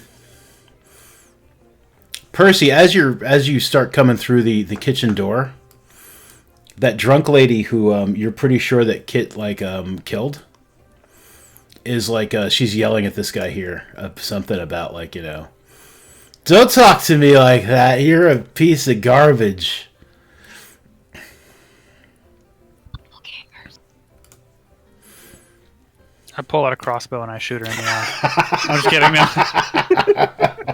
No, I'm just... I'm wary as fuck. What the... Oh, man. So we will pick this up Sunday. Yes, Sunday at 8? Hopefully. Hopefully, yes. Yeah, so we'll be back Sunday at 8, hopefully. Stay tuned. Hopefully Roll20 will have its glitches worked out and my scripts will work, and hopefully... have any of you been using the Streamlabs OBS? That's what I use solely. Yeah, I'm having trouble. I was having trouble earlier getting it to capture my screens. I'm gonna have to mess around with it later. I think I'm using it on a Mac, so today was the first time I was actually using it, and yeah, I don't know. I'll mess with it. I'll see what I can see. Oh, right here, it's now 12:14 a.m. where I'm at. So happy birthday on the East Coast, Kale. Thank you. I'm 33 now. 33, only on the East Coast. Yeah, I'm You're 32 still here. Yeah, you're still 32 there. But yeah, thank you so much, guys, for playing. That was a lot of fun. I liked using this multi-level map. I'm glad it worked out. I liked shooting people out windows. That was awesome. But yeah, that was real good. Next time I design a place like this, I will remember to put the outer buildings outside of the. Oh, like a multi-roof top. Yeah, yeah. In case somebody shoves somebody else out a window and then gets thrown out the window behind them. Yeah, I'm gonna have to reroll an Aarakocra. Just people grab people and then fly them off the edge. Oh man. Yeah, so hopefully we'll be back with this on Sunday at 8. What's happening? What's happening this week? Legends of the Borderlands should be happening tomorrow, so check that out. Follow our wonderful players on the Twitch and the Twitters. Was it Owl Tweet? I think so, yeah. Yes. And yeah, thank you so much, everybody, for hanging out. Thanks for playing, guys. And you guys have anyone have anything they want to plug or mention? I'm gonna be doing possibly a 24-hour stream for my birthday. Oh, sit. So, or as long as I can, till I get tired. When does that start? Maybe in a couple hours, but definitely tomorrow morning, if not in a couple hours from now. Depends on how I feel after I eat. I might sleep. I don't know. Sleeping's good. I'm self-quarantined, so hopefully I will get up early. I'll see if I'm you're... not supposed to go outside at all. Yeah, stay I inside. got mad letters from my doctor. It's like, don't do stuff. I'm like, okay, fine, whatever. But streaming's okay because you still cannot get the virus over the internet. Social distancing on Twitch. Everybody Yeah. talk to me. Yeah, so depending on how my day of social distancing and self quarantine goes, I'll try and pop in and see you there. Anybody else got anything they're doing? I don't get that game you're playing at all, Pry. What were all those roaches and shit? Oh, the hunt. That was just one of the bounties I was trying to collect. I was like, oh man, that's creeping me out. Yeah. That's like my least favorite thing to fight. That's like, boy, man. I was like, ugh. I liked it when I thought they were ducks. That made it easier to handle. Yeah, no, they weren't ducks, unfortunately. Creepy. Very creepy. But thank you for DMing, man. You're amazing. You're welcome. Thank you. All right, so check us back out tomorrow night for Legends of the Borderlands. We'll see what those guys are up to, and good night, everybody. Good night. Good Night.